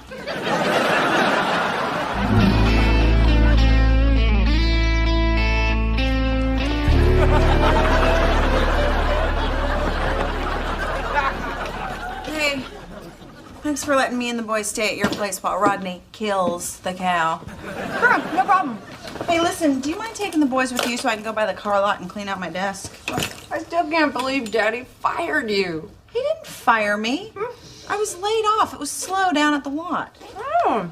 Was it slow down at the bank when they fired you? They didn't fire me. I was downsized. Okay. Well, the important thing is it's never you.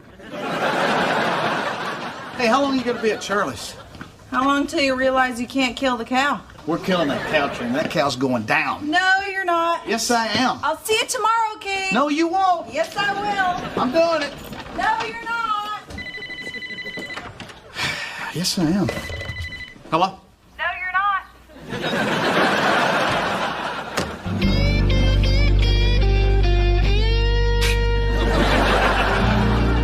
According to the meat map, we should start at the brisket and then make a quick left up to the short ribs, and from there it's pretty much a straight shot right down to the foreshank.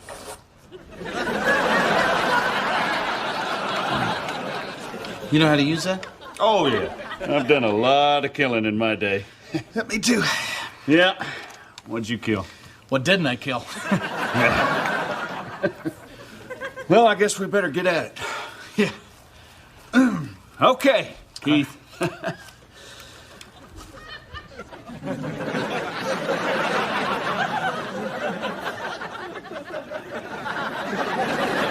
I'm not going to be able to do this if she doesn't stand still.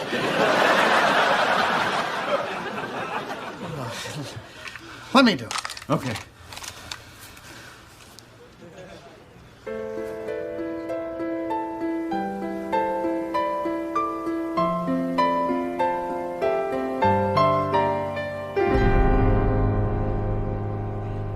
You ever notice that a cow has eyelashes? Keith's are unusually long.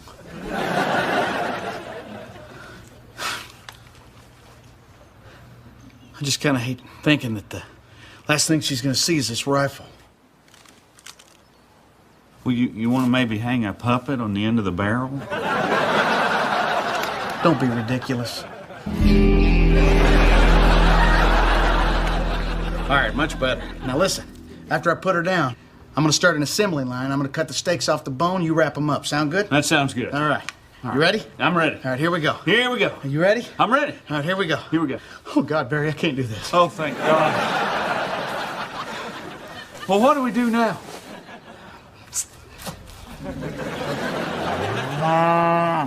Look, I don't know what we're gonna do, but it's gonna be awfully hard to get the meat off this thing without her being dead. There's got to be another way to do this. I mean, she's got a rope around her neck. Maybe we could hang her. That's a great idea. I'll throw the rope up over the branch back there. You coax her up on the footstool. Look, just because we're not man enough to do this doesn't mean that we can't find somebody who is. Look, anybody can pull the trigger. The manly thing to do is not do it, lie to your wife, tell her you did. We need a butcher. Yeah. You get the yellow pages, I'll pull the truck around. Keith!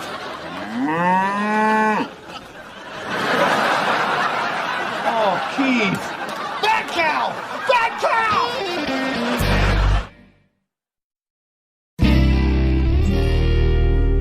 Daddy?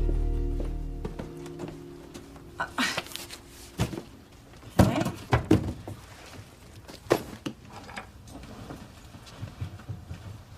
May I help you?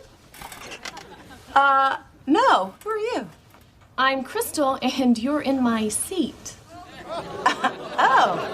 Well, I guess that explains these. Trina. Well, I guess things aren't so slow around here anymore, huh? Crystal, would you give me a moment here with the light of my life? Sure.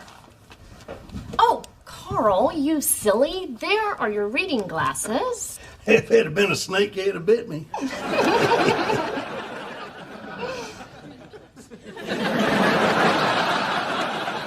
Honey, I can explain everything. No, I think it's perfectly clear. You're hanging out after hours with the shoeless woman you hired to replace me. Honey, it's not what you think. Things are slow. Well, Daddy, maybe things wouldn't be so bad if you didn't spend so much time looking for your glasses, you silly. Trina. Well, I guess Keith's enjoying her last meal about now. Yeah. So, adding in the butcher's fee and the packaging fee, coupled with what we already paid for Keith already, we're going to have all the meat that we could ever want for just above retail.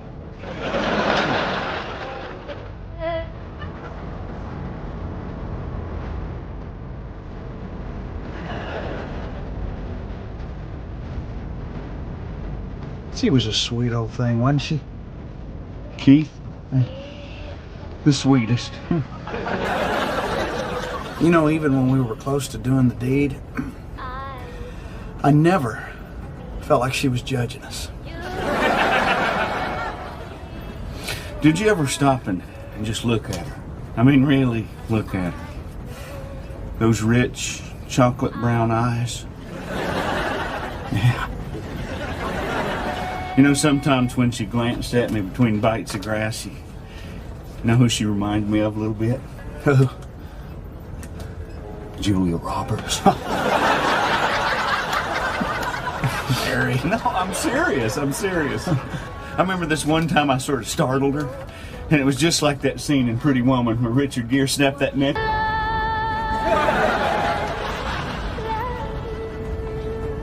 You think she'll feel anything? You know, when the old guy,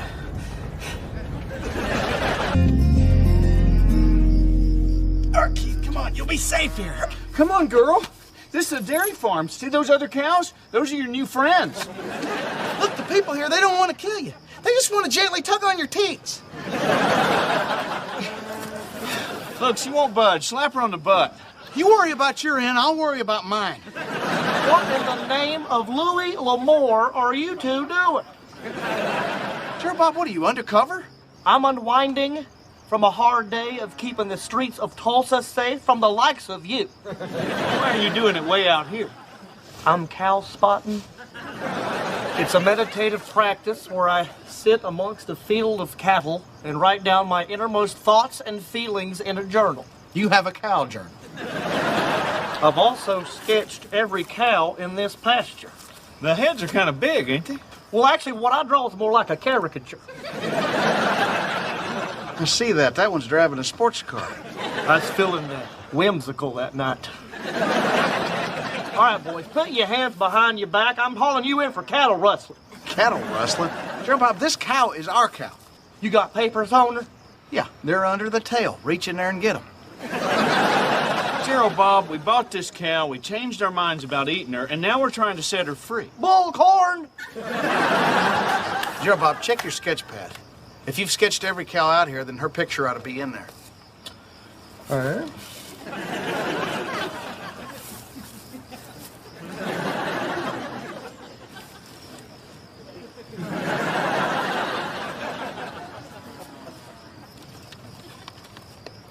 I've never met this cow. But she does look oddly familiar. Julia Roberts? I was thinking her brother Eric, but they do favor. So, Gerald Bob, what do you say? You gonna cut us some slack? Oh, hell. I have to admit, I am moved that we share a love for the bovine species. How can I help you? Well, we're trying to get her to go through that gate, and she won't budge.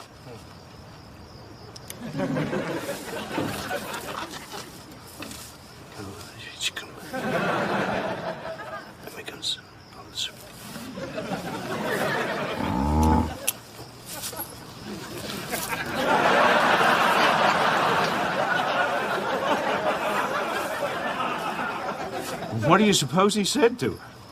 I don't know. If they're not back in 5 minutes, you're going in to get them.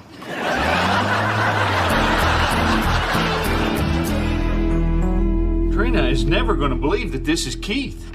Hey, 20 pounds of hamburger meat, a brisket, a pack of hot dogs, and 2 ribeyes that expire tomorrow. Look, just let me handle Trina. She doesn't know how much meat comes off of a cow. And for that matter, neither do we. Rodney, you out there? We're back. Damn it, they're home early. Honey, don't come out yet. We're not done cleaning up. Quick, get the meat out of the plastic. Put it in that paper. Oh, she is never going to buy this. Well, here, wrap the weenie separate. Oh, it's still going to look like we cut up a beagle. Anybody home? Well, where else would I be, Daddy? I don't have a job. Darling, I guess I owe you an explanation. No, it's all right. I get it. You're single. You need some eye candy. Darling, that eye candy just happens to be an agent for the IRS. Oh, please. You expect me to believe that that woman works for the government? I swear. You know, they must have some crazy affirmative action program or something where they're hiring big busted bimbos. But she is a federal agent and I'm in trouble. Oh, my God. Well, we're all done. Even had enough left over to make the boys a couple of baseball gloves. Rodney, could you just give us a second alone? Oh, no. Sure. You might as well hear this. I'm being audited. And I fired you for your own protection. Well, from what? I do your books. They're fine. One set of books is fine. You're stealing from your own company? Oh, Daddy.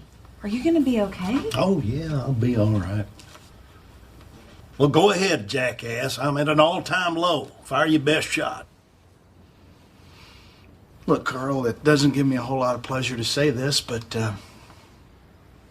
if you need anything, we're here for you. Thanks. You want to stay for dinner, Daddy? No, I better get back to the car lot before Crystal finds my wall safe. That was awfully nice of you. I'm a nice guy. You want to come see the cow I killed?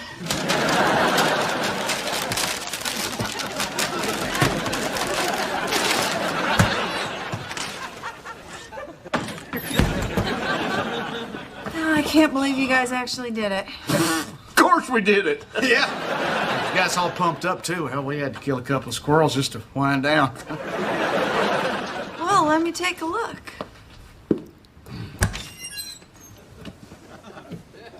That's all there was? Well, I already took my half, and she was mostly air. And we had that meat fight. We lost some of it there. Oh, yeah. That was good fun, though. Yeah. You didn't actually do it, did you? Yeah! That's the good part. I mean, that's a brisket, and that's a sirloin. Is this a hot dog? No, that's a gizzard. Yeah, and there's a foreshank, and there's her hind shank, and that's her shaw shank.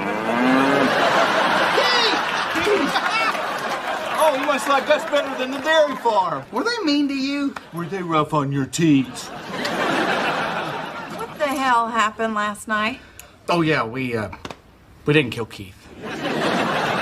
So you lied. Trina, this isn't about who didn't do what to who. The important thing is that this cow's life was spared. Not this one.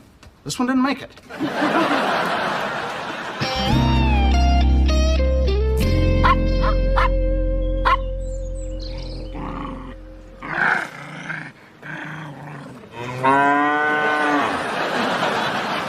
Dad, she did it again. Whose turn is it? Bo's. Oh, man. Well, what are we going to do with her? I don't know. Do zoos have cows? Not your better zoos. Here you go, Keith. Here. Larry, she's not going to do that. She might. Hey, hon. Hey, hon. How was the gig? Great. They love that new joke about you snoring. You don't snore. Well, you don't drag your knuckles across the ground either, but they thought that was funny, too. Hey, did you come home drunk last night and pee in the umbrella stand? Last night? No, not last night. Somebody did. Can I have some water? Sure, sweetie. Hey, Jack, did you pee in the umbrella stand last night? Last night? Not last night, no. He's getting my sense of humor. Oh, thank goodness someone to take over the family business. Good night. Hey, what are these? Oh, you know that new joke that I do about the rooster? The catchphrase has kind of caught on, and a lot of women hollered out during my show, so I had these T-shirts made up. Any dude'll do. You put that joke on a T-shirt? Yeah.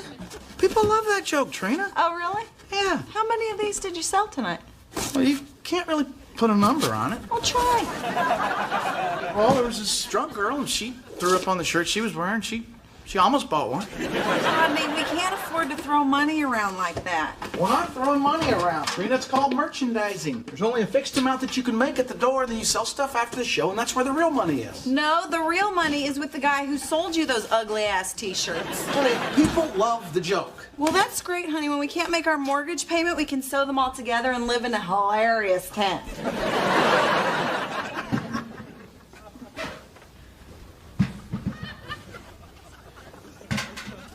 Hey, buddy, what are you doing up?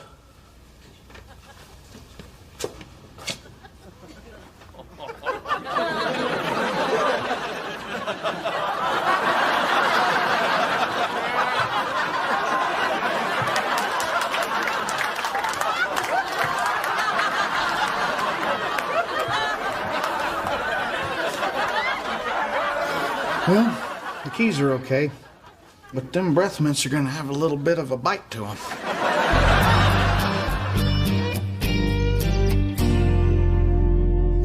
Hey, Jack, your friends like T-shirts, right? Dad, I'm not selling your cock-a-doodle-doo shirts to my friends. It's any doodle-doo, and people love that joke. Oh, let me ask you something before you go. Sure. How did you sleep last night? Good. Did you have any interesting dreams involving water? You know, like score gun fights or putting out a fire with a little hose? What are you guys talking about? Nothing. Go brush your teeth, get ready for school.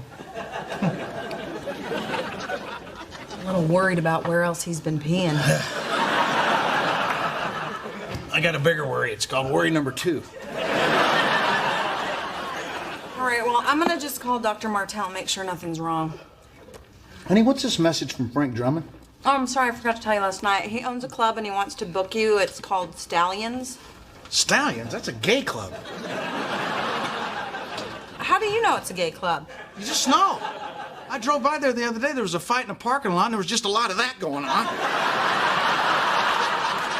I can't play there. Why not? Why not?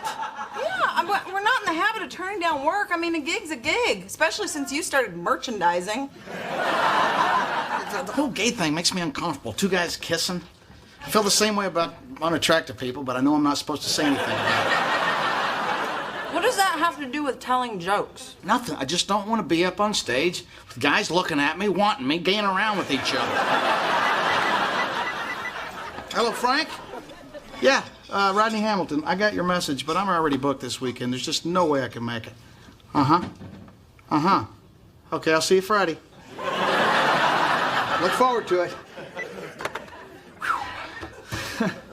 What? He offered me $2,500 for 3 nights, Trina. Oh, well, for a guy with so many issues, I guess it turns out you've got a price. And between you and me, my price is a lot lower than that.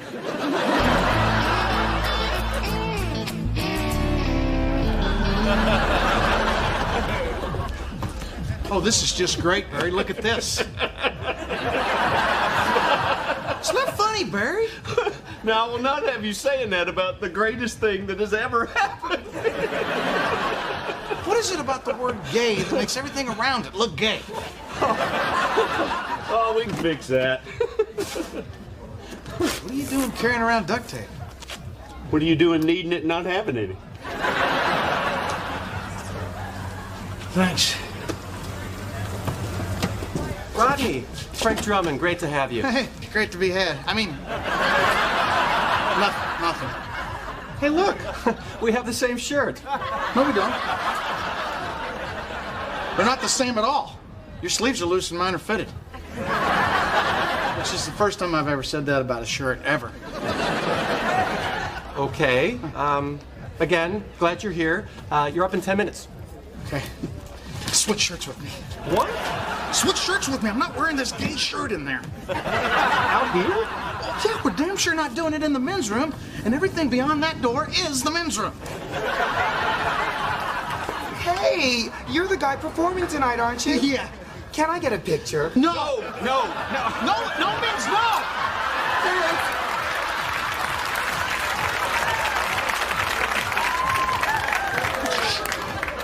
Barry, I'm telling you, I don't belong here. The gays are not going to get my humor.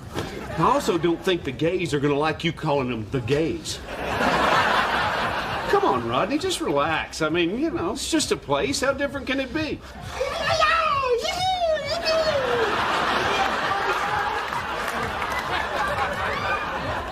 Well, you know, I mean, other than that.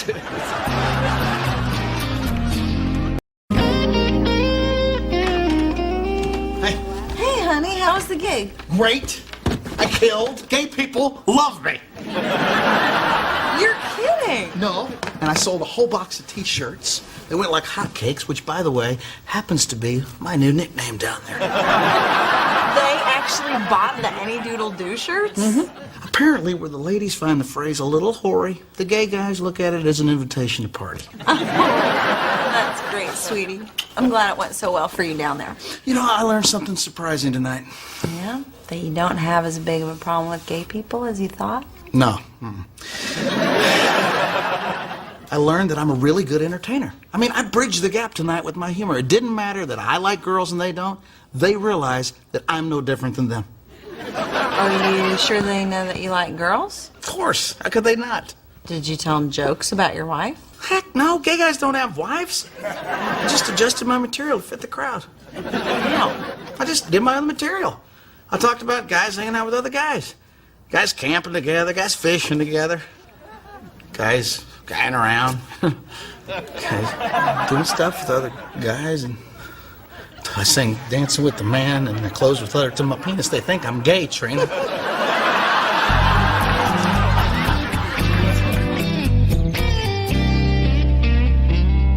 Uh-huh.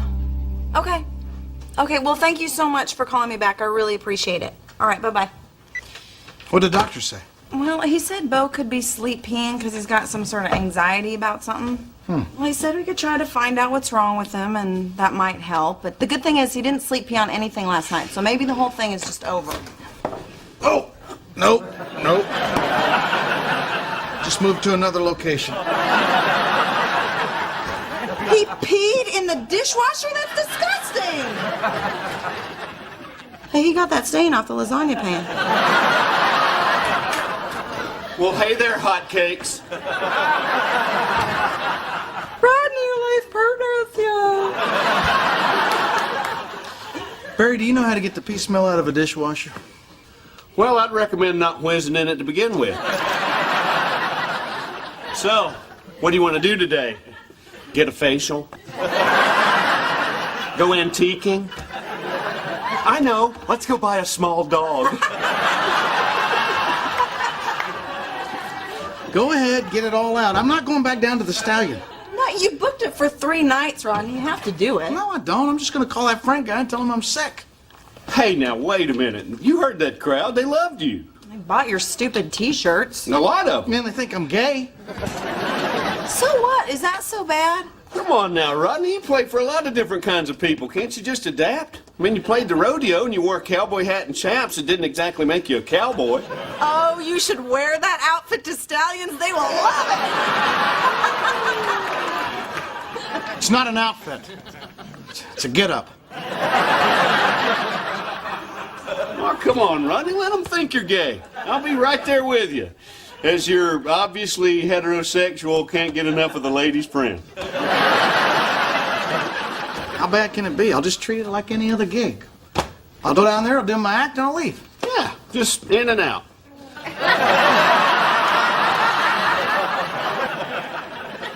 Well, actually, it's 2 more nights, so that would be in and out, in and out.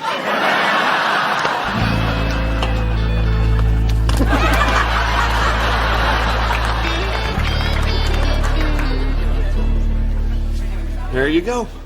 Thanks. Any doodle-doo! That's right. Any doodle-doo, and we would know. That's right. He would know. I'll take one in medium, please. Okay, what color? We have Sunburst, Rosebud, and Morning Swam. You'll get 2. $5 off for the Menage. Sold! $35. Thank you very much. Rodney, I can't tell you how much watching you tonight meant to me. Well, would you like to show your appreciation in a small, medium, or large? Oh, I'm not here for a shirt. I just wanted to tell you that you're a real role model. Oh, I don't know if I'm a role model. Oh, yeah, you are. The comics we get in here are always so swishy. It's nice to see a regular gay guy like you and me. That's right, just like you and him. That's right. We weren't into musical theater. We were the guys fooling around in the locker room after football practice. Ain't that right? Yeah, maybe a little towel snapping. You're the real deal, boy. You keep it up. Thanks. Oh, and before you leave, you, me, and the dance floor.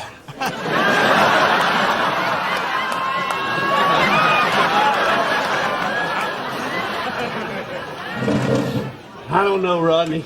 You may have stumbled onto a gold mine here. I don't know if anybody's ever thought of marketing to these people, but evidently gay men like to shop. I don't know, Barry. This whole thing's starting to make me feel uncomfortable. I thought you'd made peace with all these guys thinking you were gay. Yeah, well, I thought so too, but now I'm some guy's role model. I'm just a big phony. I'm just taking advantage of these guys. Well, yeah, you are. To make money. But it ain't right. I've been lying to them. I need to come out and be honest. No, you don't.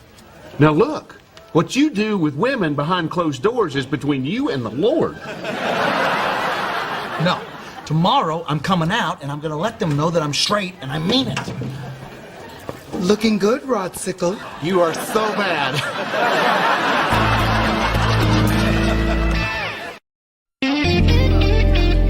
Thanks for babysitting, Charlie. Oh, I'm happy to. You know I love hanging out with the boys. We always have so much fun. You know they're both already asleep, right? Oh, thank God. I stayed out till 3:30 in the morning last night. I don't know how I was going to get it up for all the games and talking and crap. All right, well, I gotta get going. I told Rodney I'd be there when he came out. Man, I love gay bars. I mean, all the men still want to get my pants, but just to wear them.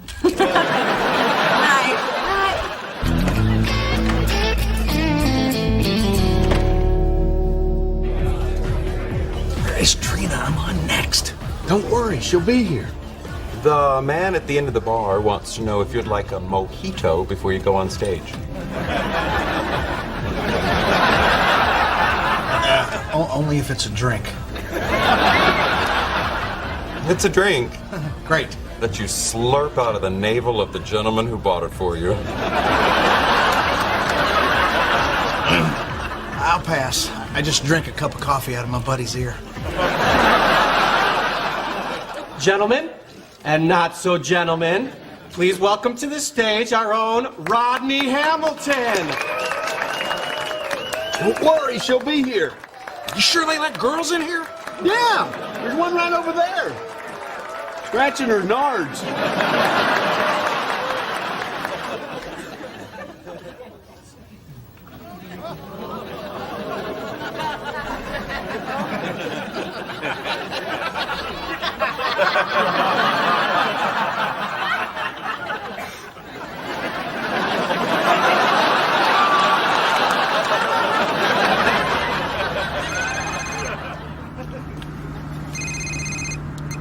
Hello?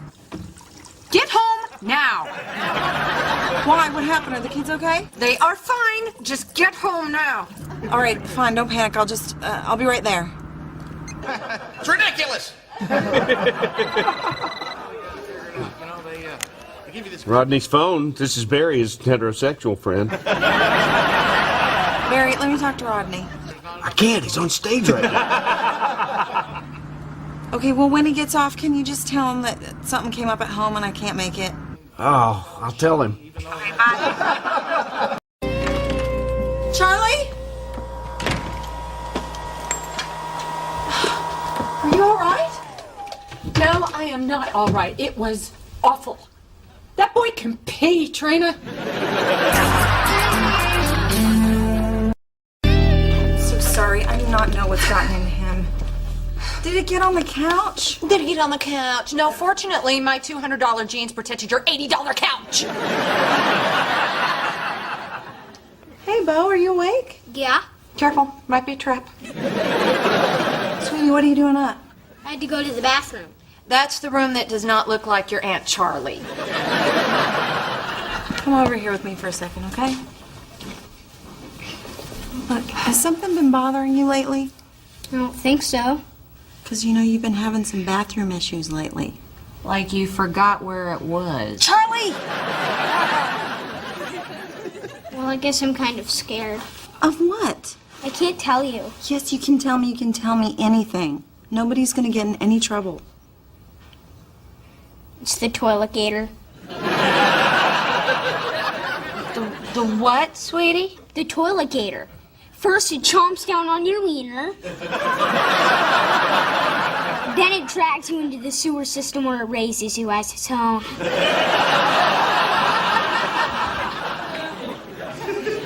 Sweetie, who told you that? I'm not allowed to say.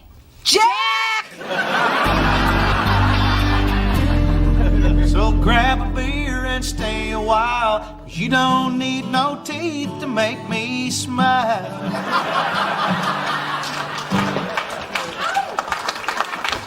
All right, well, thanks a lot, everybody. Over the past couple of days, you guys have all come to know me as Rodney, the funny guitar strumming gay guy.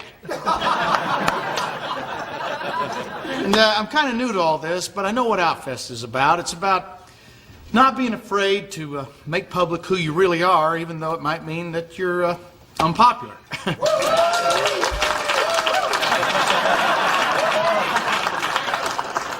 And it's about when you are honest with people that they'll look past who your partner is and they'll still want to be your friend. Tell it, Rodney!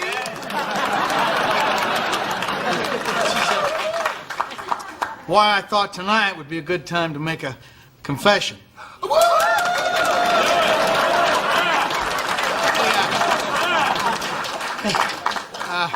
I'm straight.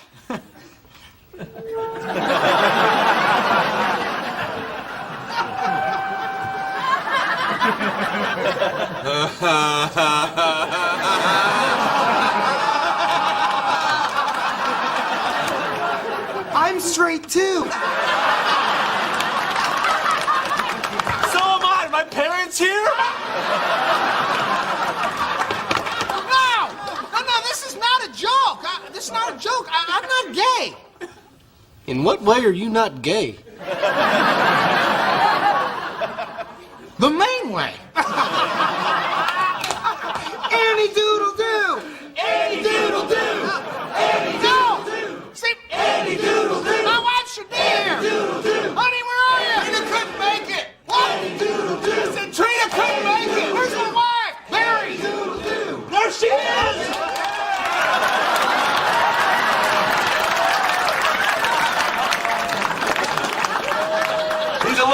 much, but any doodle doo!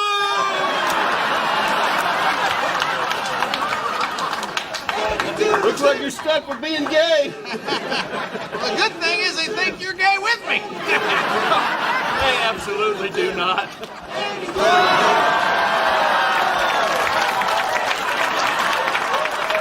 They do now. It's the wind beneath my wings.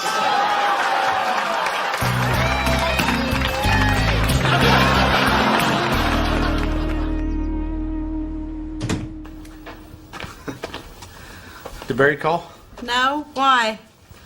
Well, he put up with a lot of crap last night when we left the club. Apparently, a lot of the fellas think that I married beneath me. Well, look at this. When he calls you, you'll have a lot to talk about. One time, I get my picture in the paper and my nipples are asleep. What's that sound, Trina? I don't know, but it sounds like it's coming from the bathroom. Boy, stay right here. Oh. Come here, sweetie. Oh, no, you don't. You think you're so smart, huh? Well, you picked the wrong house, toilet gator. I got you. Did you get him? I sprayed him with air freshener. I think that just pissed him off. Dad, this is really lame. I know there's no alligator in the toilet. I just told Bo that to scare him. Oh, yeah? Check this out. What's this?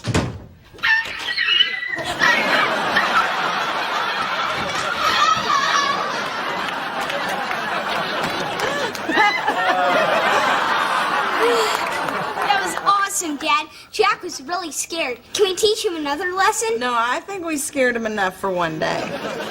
You know, this little thing's kind of cute when you look at it. Everything's cute till it bites your wiener, Dad.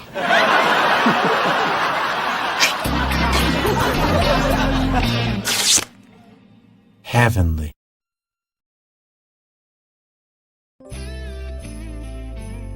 These are some sweet Christmas presents. The boys are gonna love these. Yeah. You know, I had a good year this year, and I kind of wanted to spoil them a little bit. Plus, you always remember who gave you your first fishing rod. I remember when I gave Barry Jr. his. He tied a little ribbon around it and used it to practice rhythmic gymnastics. Yeah, it's a shame that the Olympics only let girls do that.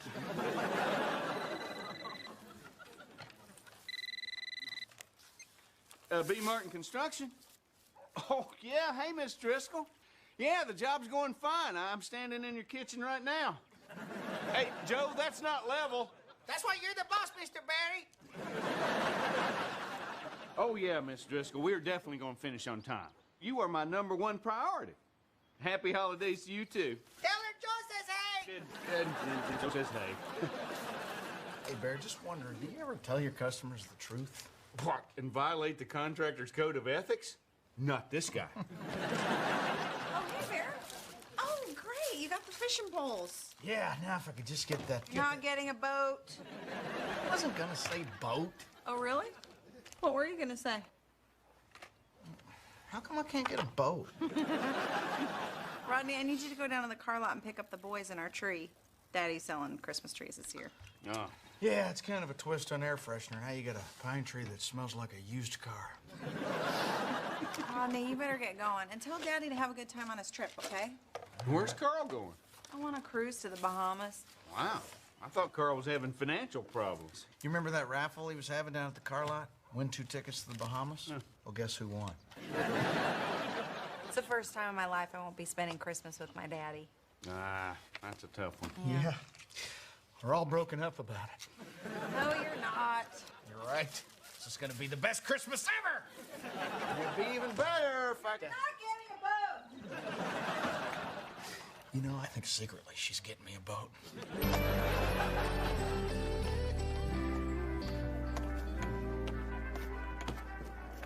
Hey, boys. Hi, Dad. Hi, Dad. What are you doing? Sword fight. What have I told you about this stuff? You're supposed to use both ends. The tip and the hook. See that? You boys stay close. We're leaving in a few minutes. Yeah. Hey, Charlie, what's going on? Well, I'm supposed to be flocking trees, but my flocker's on the fritz. Did you check the blower? There's nothing wrong with my blower. I just can't flock. You think there's too much pressure? Yeah, that can happen sometimes. Oh, well, there it goes. Where's Carl? Over there. Okay. Now, before y'all settle on this small tree, allow me to show you something just a little more festive. Now, this here is a giant Douglas fir tree, the Lamborghini of Christmas trees. You'll be the pride of your block with this beauty in your window. I think we'll stick with this one. Oh, hey, now, I like this little teeny-weeny tree. I'm just not so sure that Santa will. Daddy, we can't make Santa mad. Santa doesn't care about the size of your tree. Well, sure he does. You know, a tree that size might make him sad. Is that what you want to do, little boy, make Santa Claus cry? Don't listen to bad Santa. This tree's just fine. Butt out, jackass. I think we'll get our tree somewhere else. No, but wait, just... What is wrong with you? Carl, it's Christmas. Can't you not be you just one day a year? Don't tell me how to run my business, Rodney. I was doing fine till you showed up. All right. Just tell me where my tree is, and you can go back to Scrooging your customers. Tree's right over there, and that'll be $75. Trina said you were giving it to us for free. Well, that's before you cost me that sale. This is a new low for you, Carl. Did I say $75? I forgot to add on the jackass tax. Make it $80. Let's go, boys. And just so you know, it's ho, ho, ho, not heh, heh, heh.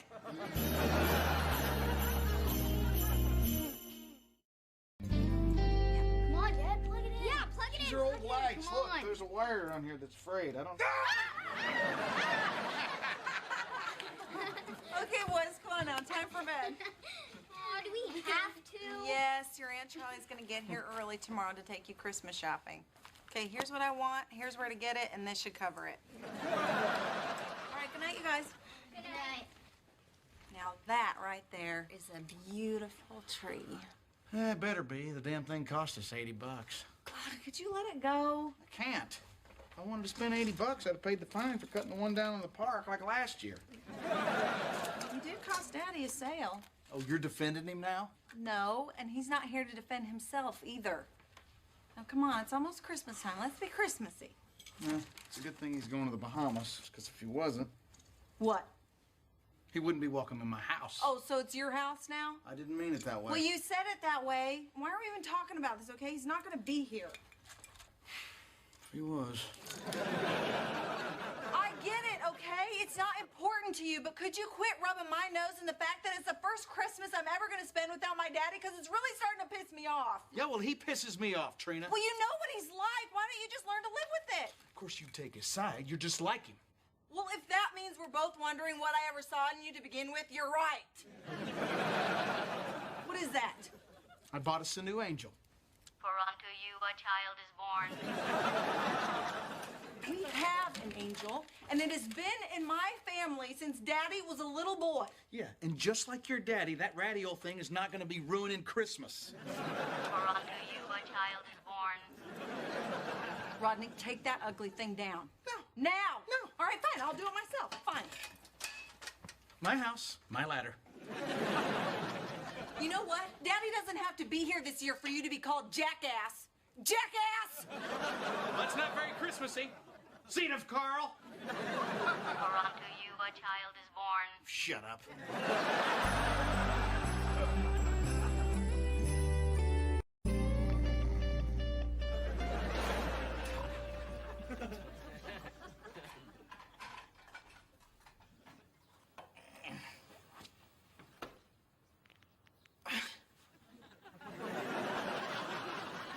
Hell? Where's my angel? Trina, I'm talking to you. Silent treatment? Well, good luck with that, the way you talk.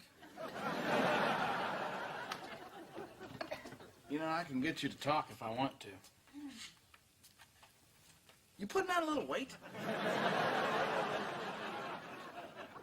Real mature, Trina. This is real mature.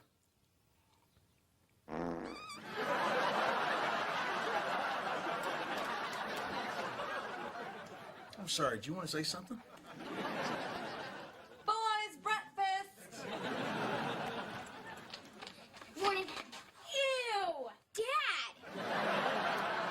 Your mom did it.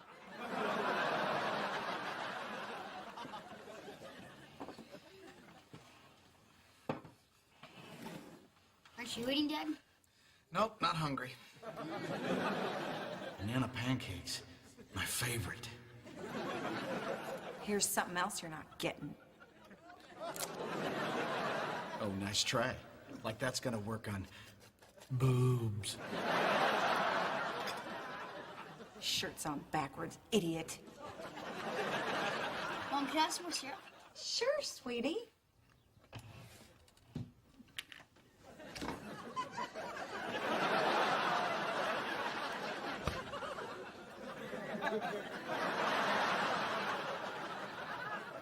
Are you guys fighting? No, we're not fighting. We're sisters.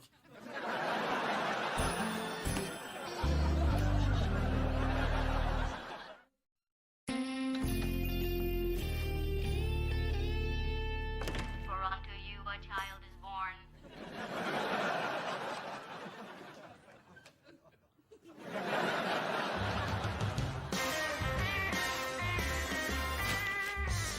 You're a mean one, Mr. Grinch. You really are a heel. You're as cuddly as a cactus. You're as slippery as an eel, Mr. Grinch. You're a bad banana with a For unto you a child is black born. peel. Hey, Mr. Grinch.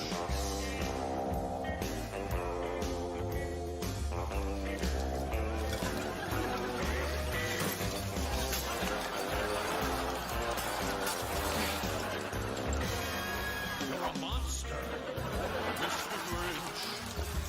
Your heart's an empty hole. Your brain is full of spiders. You've got garlic in your soul, Mr. Grinch. For unto you a child With is a born. 39 and a half foot Mr. Grinch. For unto you a child is born.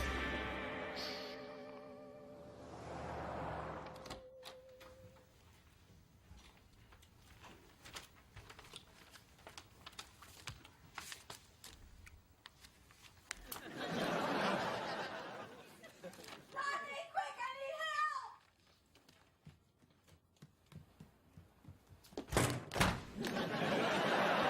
Trina?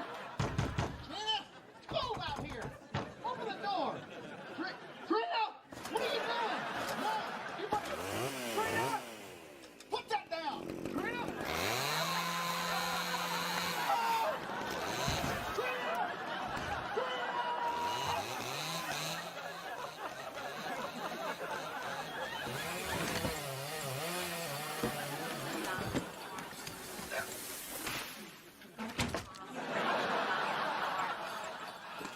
For unto you a child is born. Trina?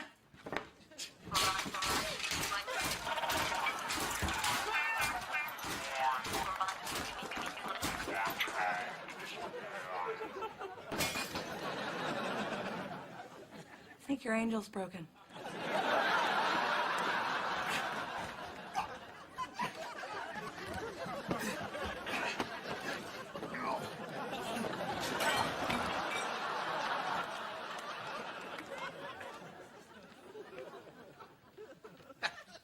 You're not gonna win this.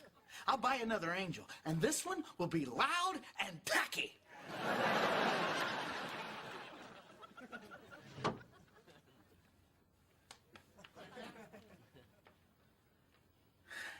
Where's all my pants? You think I need pants to go out in public? I only wear them because of you, Trina.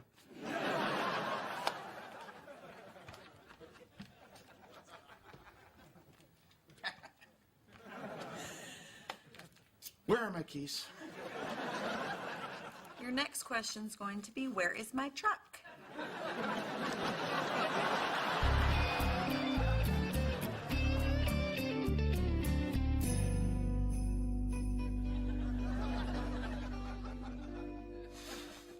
Hey, guys.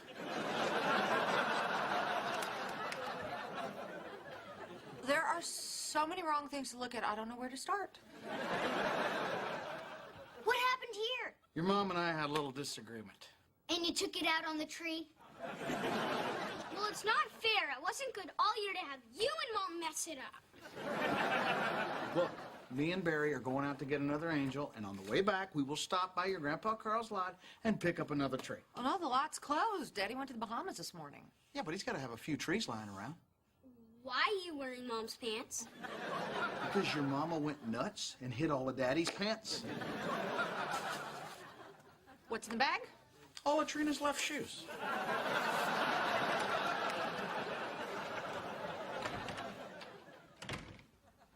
Is this all because Dad farted at breakfast?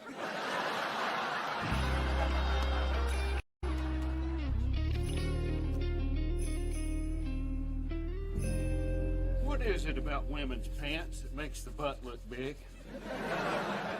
My butt is small and fine, thank you. Can we just find a tree and get the hell out of here? I can't believe you and Trina mutilated your tree over that angel. That's nothing. I slept in my truck one night over how to fold a fitted sheet. You can't fold a fitted sheet. That was my point. Buddy, I gotta be honest with you. That angel you bought is kind of annoying. I know that, but I gave in on the fitted sheets. And if I let her win 2 stupid arguments in a row, she'll never respect me. Well, if it's about respect. Did you see that? See what? Someone's in Carl's trailer. Maybe you better go check it out. Well, maybe you should come go with me. Well, I would, but I promised Jeannie that I wouldn't fight any crime tonight. Barry. All right, I'm coming. What are you doing with that? That's ridiculous. Let's take that. The flocker. Good idea. Shh. Hey, bud, yeah. Just give a little tug in the back there. Your ass is eating Trina's pants.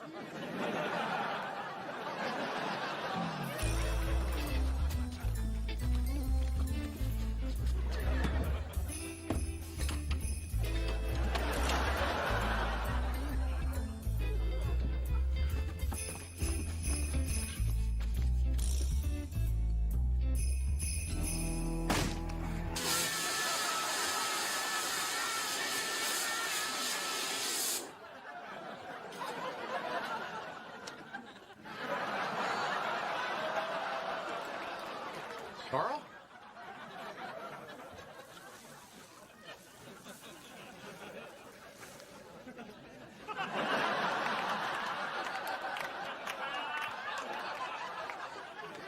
Hey, Carl.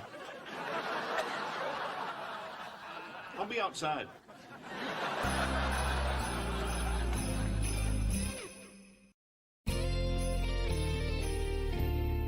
Carl, what are you doing here? Cruise got canceled. Ship sank. Terrible tragedy. You living here? No. Somebody robbed your house and hid all your ugly crap in here. What happened to your house? I sold it. Carl, what's going on with you? Well, you know that audit I had a while back? Yeah. It didn't go very well. What does that mean? Means I'm broke. I lost everything, except a car lot, and that's hanging by a thread. So the cruise to the Bahamas? I made it all up. Couldn't face my family. Didn't have anything for the boys for Christmas. Well, boys don't need gifts. Like hell they don't. I'm supposed to be the rich grandparent, right? That always brings the best presents. I show up over there empty-handed, it'd break their little hearts. And mine, too. Well, pack a bag. You're going home with me. I can't do that. No, you're not going to spend Christmas alone here in your office. You're going to spend Christmas with your family, who loves you. And me. All right. But it's just for Christmas. I ain't moving in with you. Well, you can stay as long as it takes to get back on your feet, or till the day after Christmas, whichever comes first. Rodney. Yeah. Are you wearing Trina's breeches? They're capri pants. It's a long story. She hid your pants? Guess it's shorter than I thought.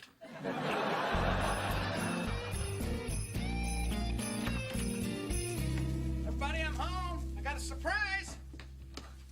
Hello, everybody. Daddy? Wait, what are you doing here? You're supposed to be in the Bahamas.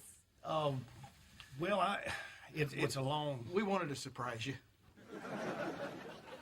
What?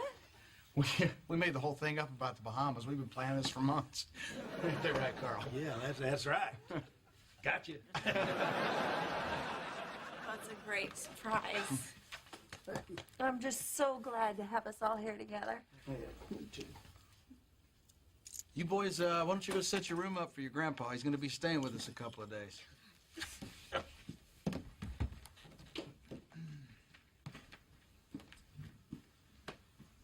Come on, tell me what's really going on. Your dad's having financial trouble. Yeah, I know, but, I mean, how bad has it gotten? Pretty bad. He didn't want to ruin Christmas, though, so can we talk about it later? Okay. Well, thanks for bringing my daddy home. You're welcome. And, you look really adorable in my pants.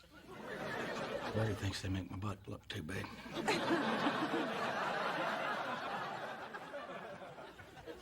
Well, honey, you know, you You don't have to apologize. I was gonna say that. I was gonna say you don't have to apologize. All right, I accept your apology. And I accept yours. You're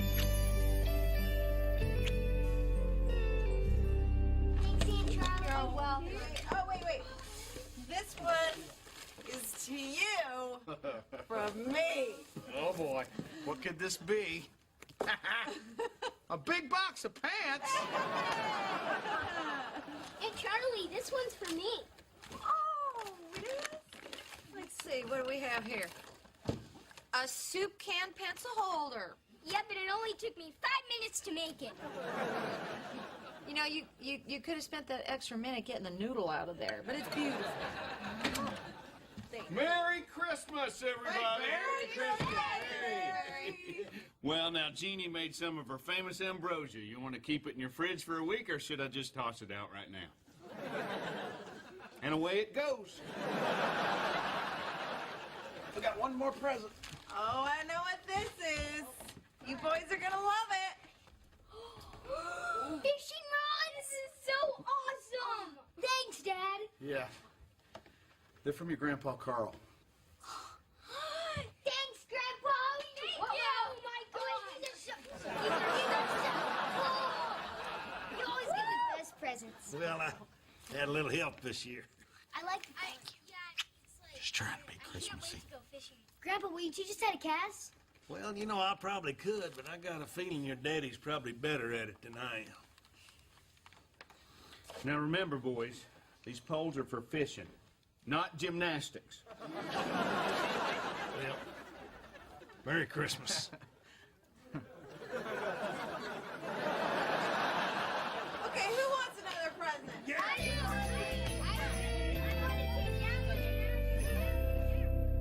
Heavenly.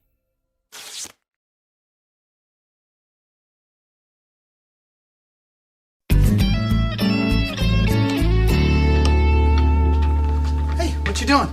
Making cupcakes for Jack's team party tomorrow? Little basketballs. No. Don't eat any. I made 2 for each kid. Trina, the team went 1-9. Do you really think they deserve 2? I don't think so. Cool cupcakes, Mom.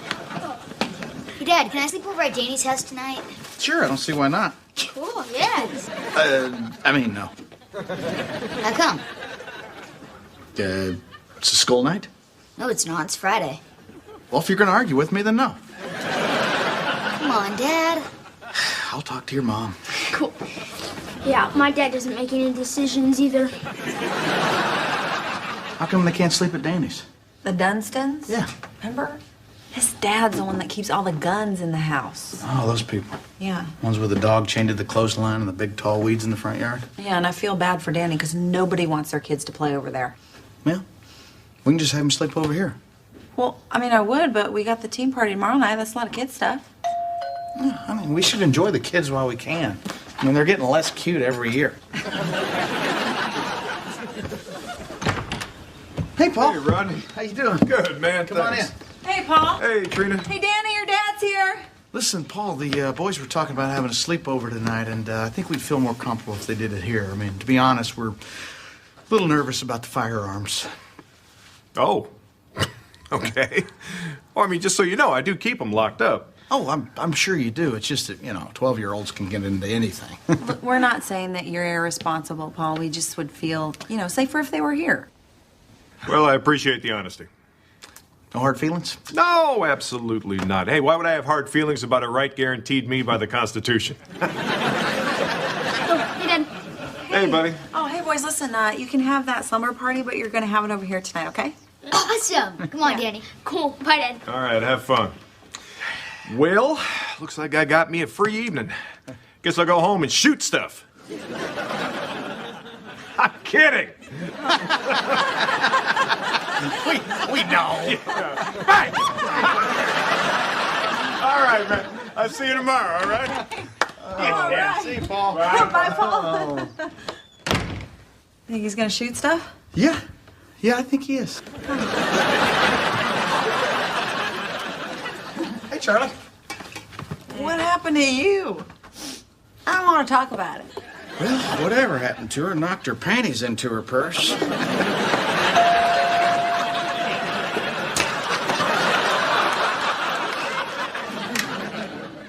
Oh, God, Trina. I made such a horrible mistake last night. Who was he?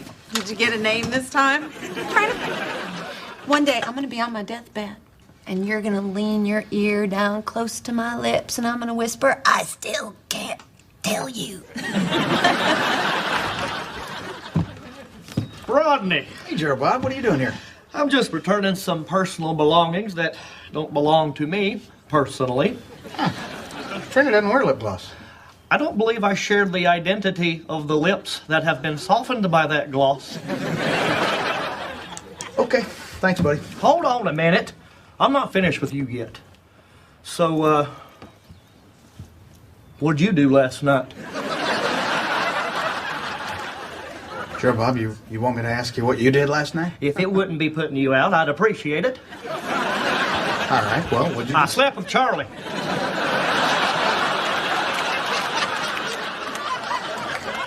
Gerald Bob, you know what sleeping with someone means, right?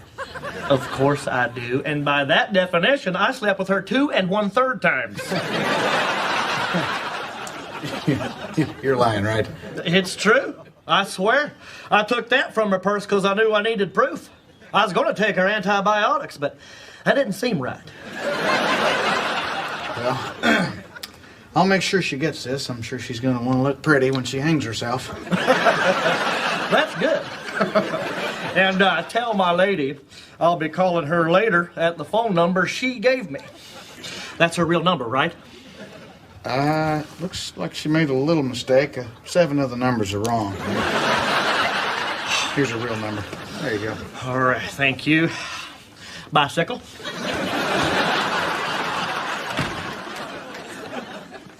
Who was that? Gerald Bob. Oh, is anything wrong? No, he's just going door to door, returning lip gloss to people he slept with last night. No, you didn't. Yes, she did. Honey, why? I can't talk about it. Really? Because Gerald Bob can't stop. How did this happen? I don't know. He was in the goose when I got off work. We had a couple of drinks. And I could just tell he wanted to sleep with me, and then I started to giggle, thinking about how awful that would be. And, I just can't resist a man who makes me laugh. Who's that? Gerald Bob? Can't be. Gave him a fake number. Hello? How'd you get this number? Maybe you looked up Sure Thing in the Yellow Pages.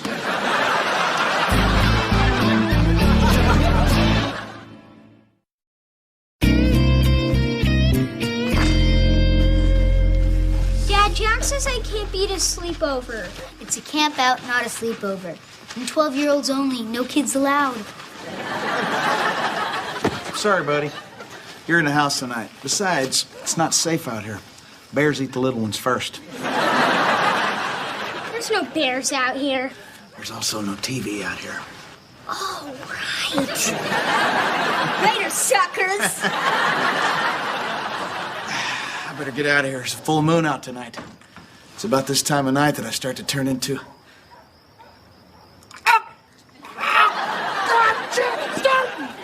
Oh, it hurts! Ah, it's starting! Don't look at me, I'm hideous!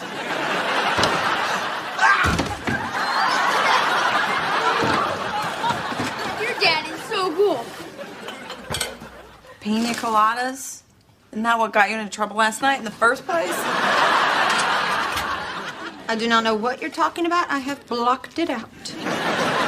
No, you haven't. No, I haven't. I still keep seeing that grateful pink face coming at me. Oh, honey. So what was it like? Well, unfortunately, Trina, it was the best sex I've ever had.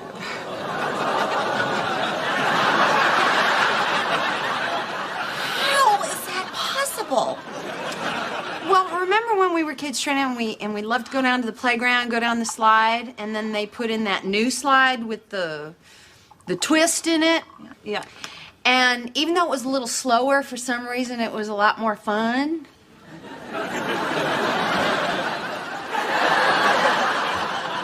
I have no idea what you're talking about.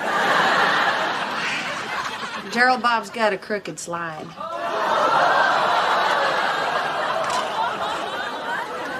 Hey, look what I found in the driveway. Oh, hi, Gary. How's it going? Well, I'm pretty shook up, actually. Why? What happened? I just had the weirdest thing happen to me. I go to the bank this morning and I get on the elevator with this old lady with a poodle and a big green hat. And anyway, the elevator gets stuck between floors. So the lady starts crying and the dog starts barking. So I get on the emergency phone.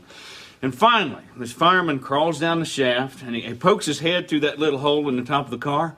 And he leans down in there and he says, "Hey, Charlie slept with Gerald Bob."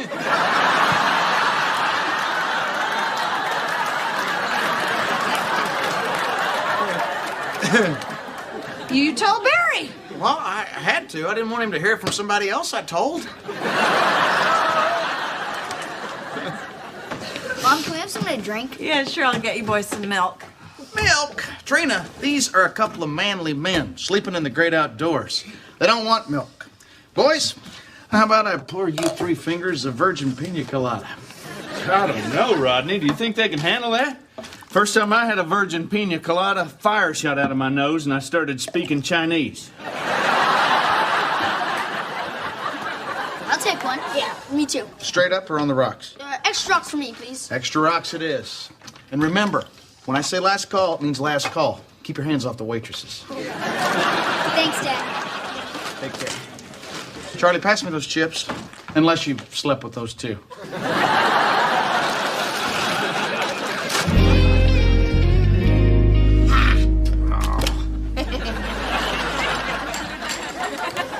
Damn. For girly drinks, these suckers are strong. I need some more mix. I can't believe you're drinking that stuff. Hey, now, having a pina colada doesn't make me any less of a man. No, but whining that it's too strong does. Yeah. All right. Boys didn't want any popcorn? No, they're already asleep. Already asleep? It's only 9:30. Rodney, these cups smell like rum. You're right. They had rum in them. Where would they get rum? Probably from that Danny kid. You know what those people are like. Maybe the kid needed a drink. Maybe he did something stupid. Get off his back. Hey, buddy, Danny didn't serve up the alcohol. You did. What? This isn't just mix. It's also got rum in it. You're kidding.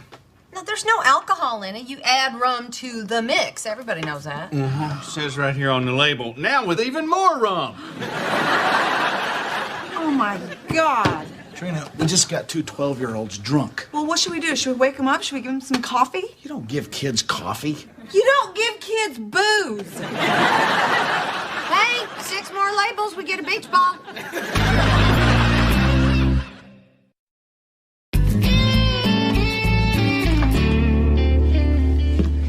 Are they up yet? It's almost 10:30. They're starting to move around finally. God, Rodney, what if they're still drunk? Well, Danny maybe, but there's no way my son's a lightweight.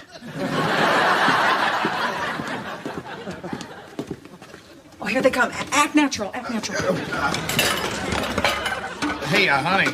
Yeah. Our stocks are up. Really? How much? I don't know. Bond and a half. Hey, good morning, boys. Oh, hey, guys. How you feeling? Okay. Really? Because I know sometimes when I sleep outside, I wake up with an upset stomach, a headache, and my tongue feels all furry. It's because you drink beer when you sleep outside. Danny, why don't you go get your stuff together? Your dad's going to be here in a minute. Yeah, sure. They seem all right. I guess they slept it off. Yeah. All right. What are we going to tell Paul? Nothing. Not a thing. Well, Rodney, if it was one of our boys, wouldn't you want to know? Trina, I stood there and judged the man. If there's a rule I've ever tried to live by, it's never insult the man with a gun and get his kid drunk. He's not going to shoot you just because you gave his kid alcohol. Now, if you're wrong, I won't be able to point that out. Now, will I? Hey, Ron. Hey, Paul. How you doing? Good. Come on in. Good. Hey, Paul. How's the sleepover? These kids stay up all night? Oh, not at all. They were asleep by 9:30. 9:30? Yeah. The heck you do? Slip them a Mickey?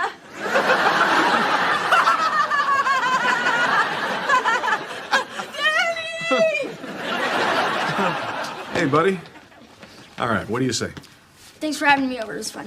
Sure. You're welcome, Danny. All right, see you back here for the team party? You got it. All right. See you later, Jack. Later, Yeah, Danny. Okay, we'll see you. Bye-bye. Bye. That was awful. We should have said something. We said a lot of things. We said plenty. Well, let's just enjoy being alive.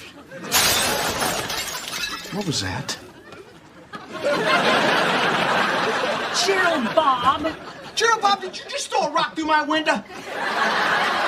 I couldn't find a pebble. Which I now realize is the most romantic of all rocks to throw. Is Charlie here? No! And this thing between you and Charlie, you need to give it up. Why not just tell the sun not to shine? Or the stars not to twinkle? Would you listen to me? You are not dating Charlie. This was a one-night thing. You're not even her type. If this was about the picture of my mother above my bed, just tell her it's covering a crack. Jump up, sit down. Listen to me. I'm trying to help you out here. You're too good for her. Too good? Yes, Charlie, she likes bad boys. The guys with tattoos, parole officers, no dental insurance. I could trade my dental for vision. Still wouldn't be enough, buddy. But I broke your window. That's bad. Yeah, but you're gonna fix it, right? Yeah.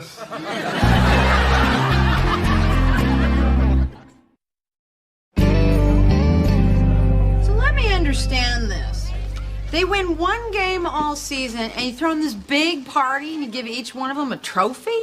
Yeah, Charlie, they're kids, you know? They all want to feel like winners. Even this backyard full of losers? Well, you're gonna feel a whole lot different about losers when you have a little Gerald Bob running around.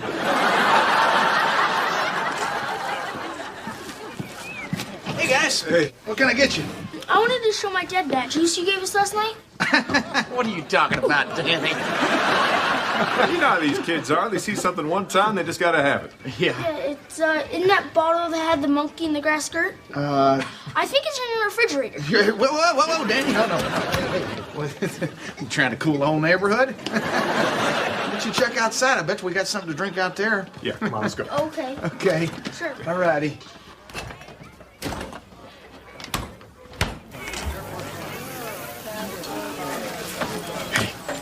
What'd you do with that pina colada bottle? I threw it away. Why? Because Danny just asked for some in front of his dad. That little blabbermouth almost brought us down.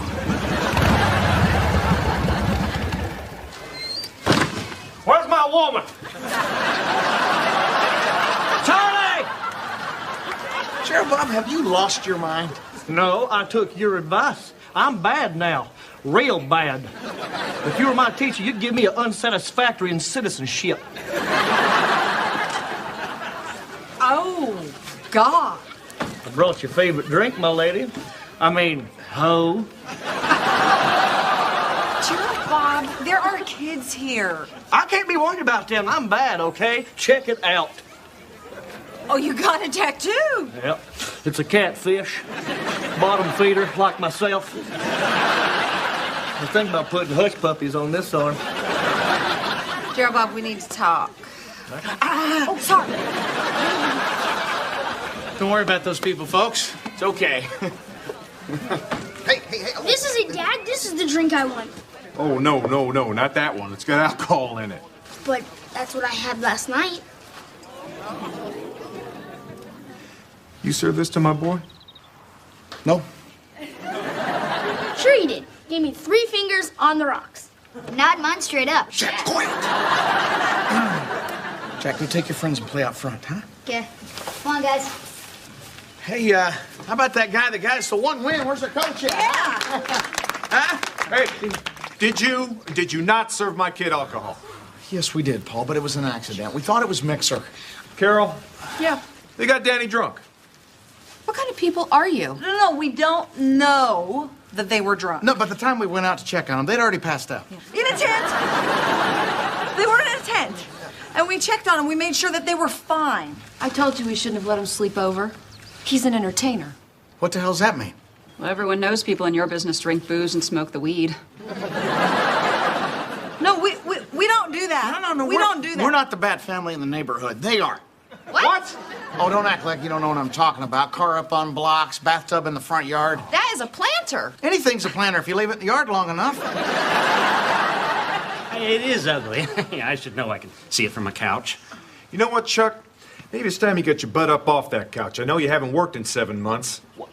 I'm self-employed. Oh, really? So then that beer I always see you with is paying you to nurse it? Well, maybe he could get a job if he wasn't up all night listening to your dog bark. Our dog barks because Mike and his midlife crisis band practice with the garage door open. Yeah, if I gotta listen to you guys butcher Mustang Sally one more time, I'm gonna blow my head off. He'll do it. He's locked and loaded. You know, you wouldn't know this, but the best way to drown out a band is with a lawnmower. Hey, people, everybody without a gun, shut up! You know what? Let me tell you something. You shut up about the guns. Look, Paul, I'm sorry that I judged you about that. And I'm sorry about last night. I made a horrible mistake. What you did was a little bit more than a mistake. Okay, we're not perfect parents, but who is?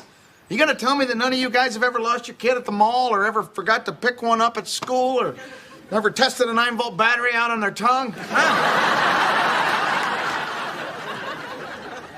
I accidentally locked my boy in a storage unit and didn't notice till dinner. I walked naked through my son's scout meeting. I told my daughter that if she massaged my feet, her boobs would grow.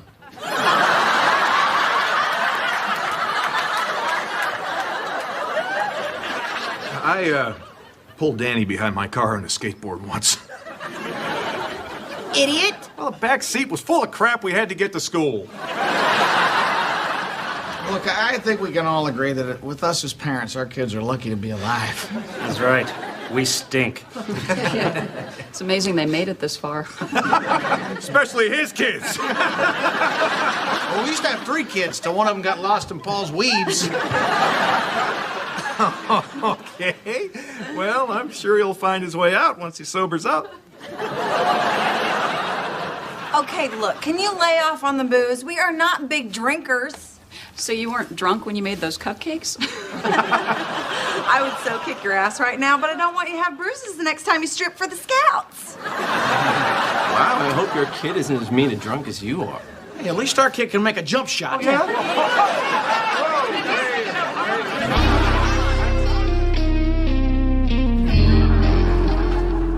guys. Hey, I thought you were going to have some friends over.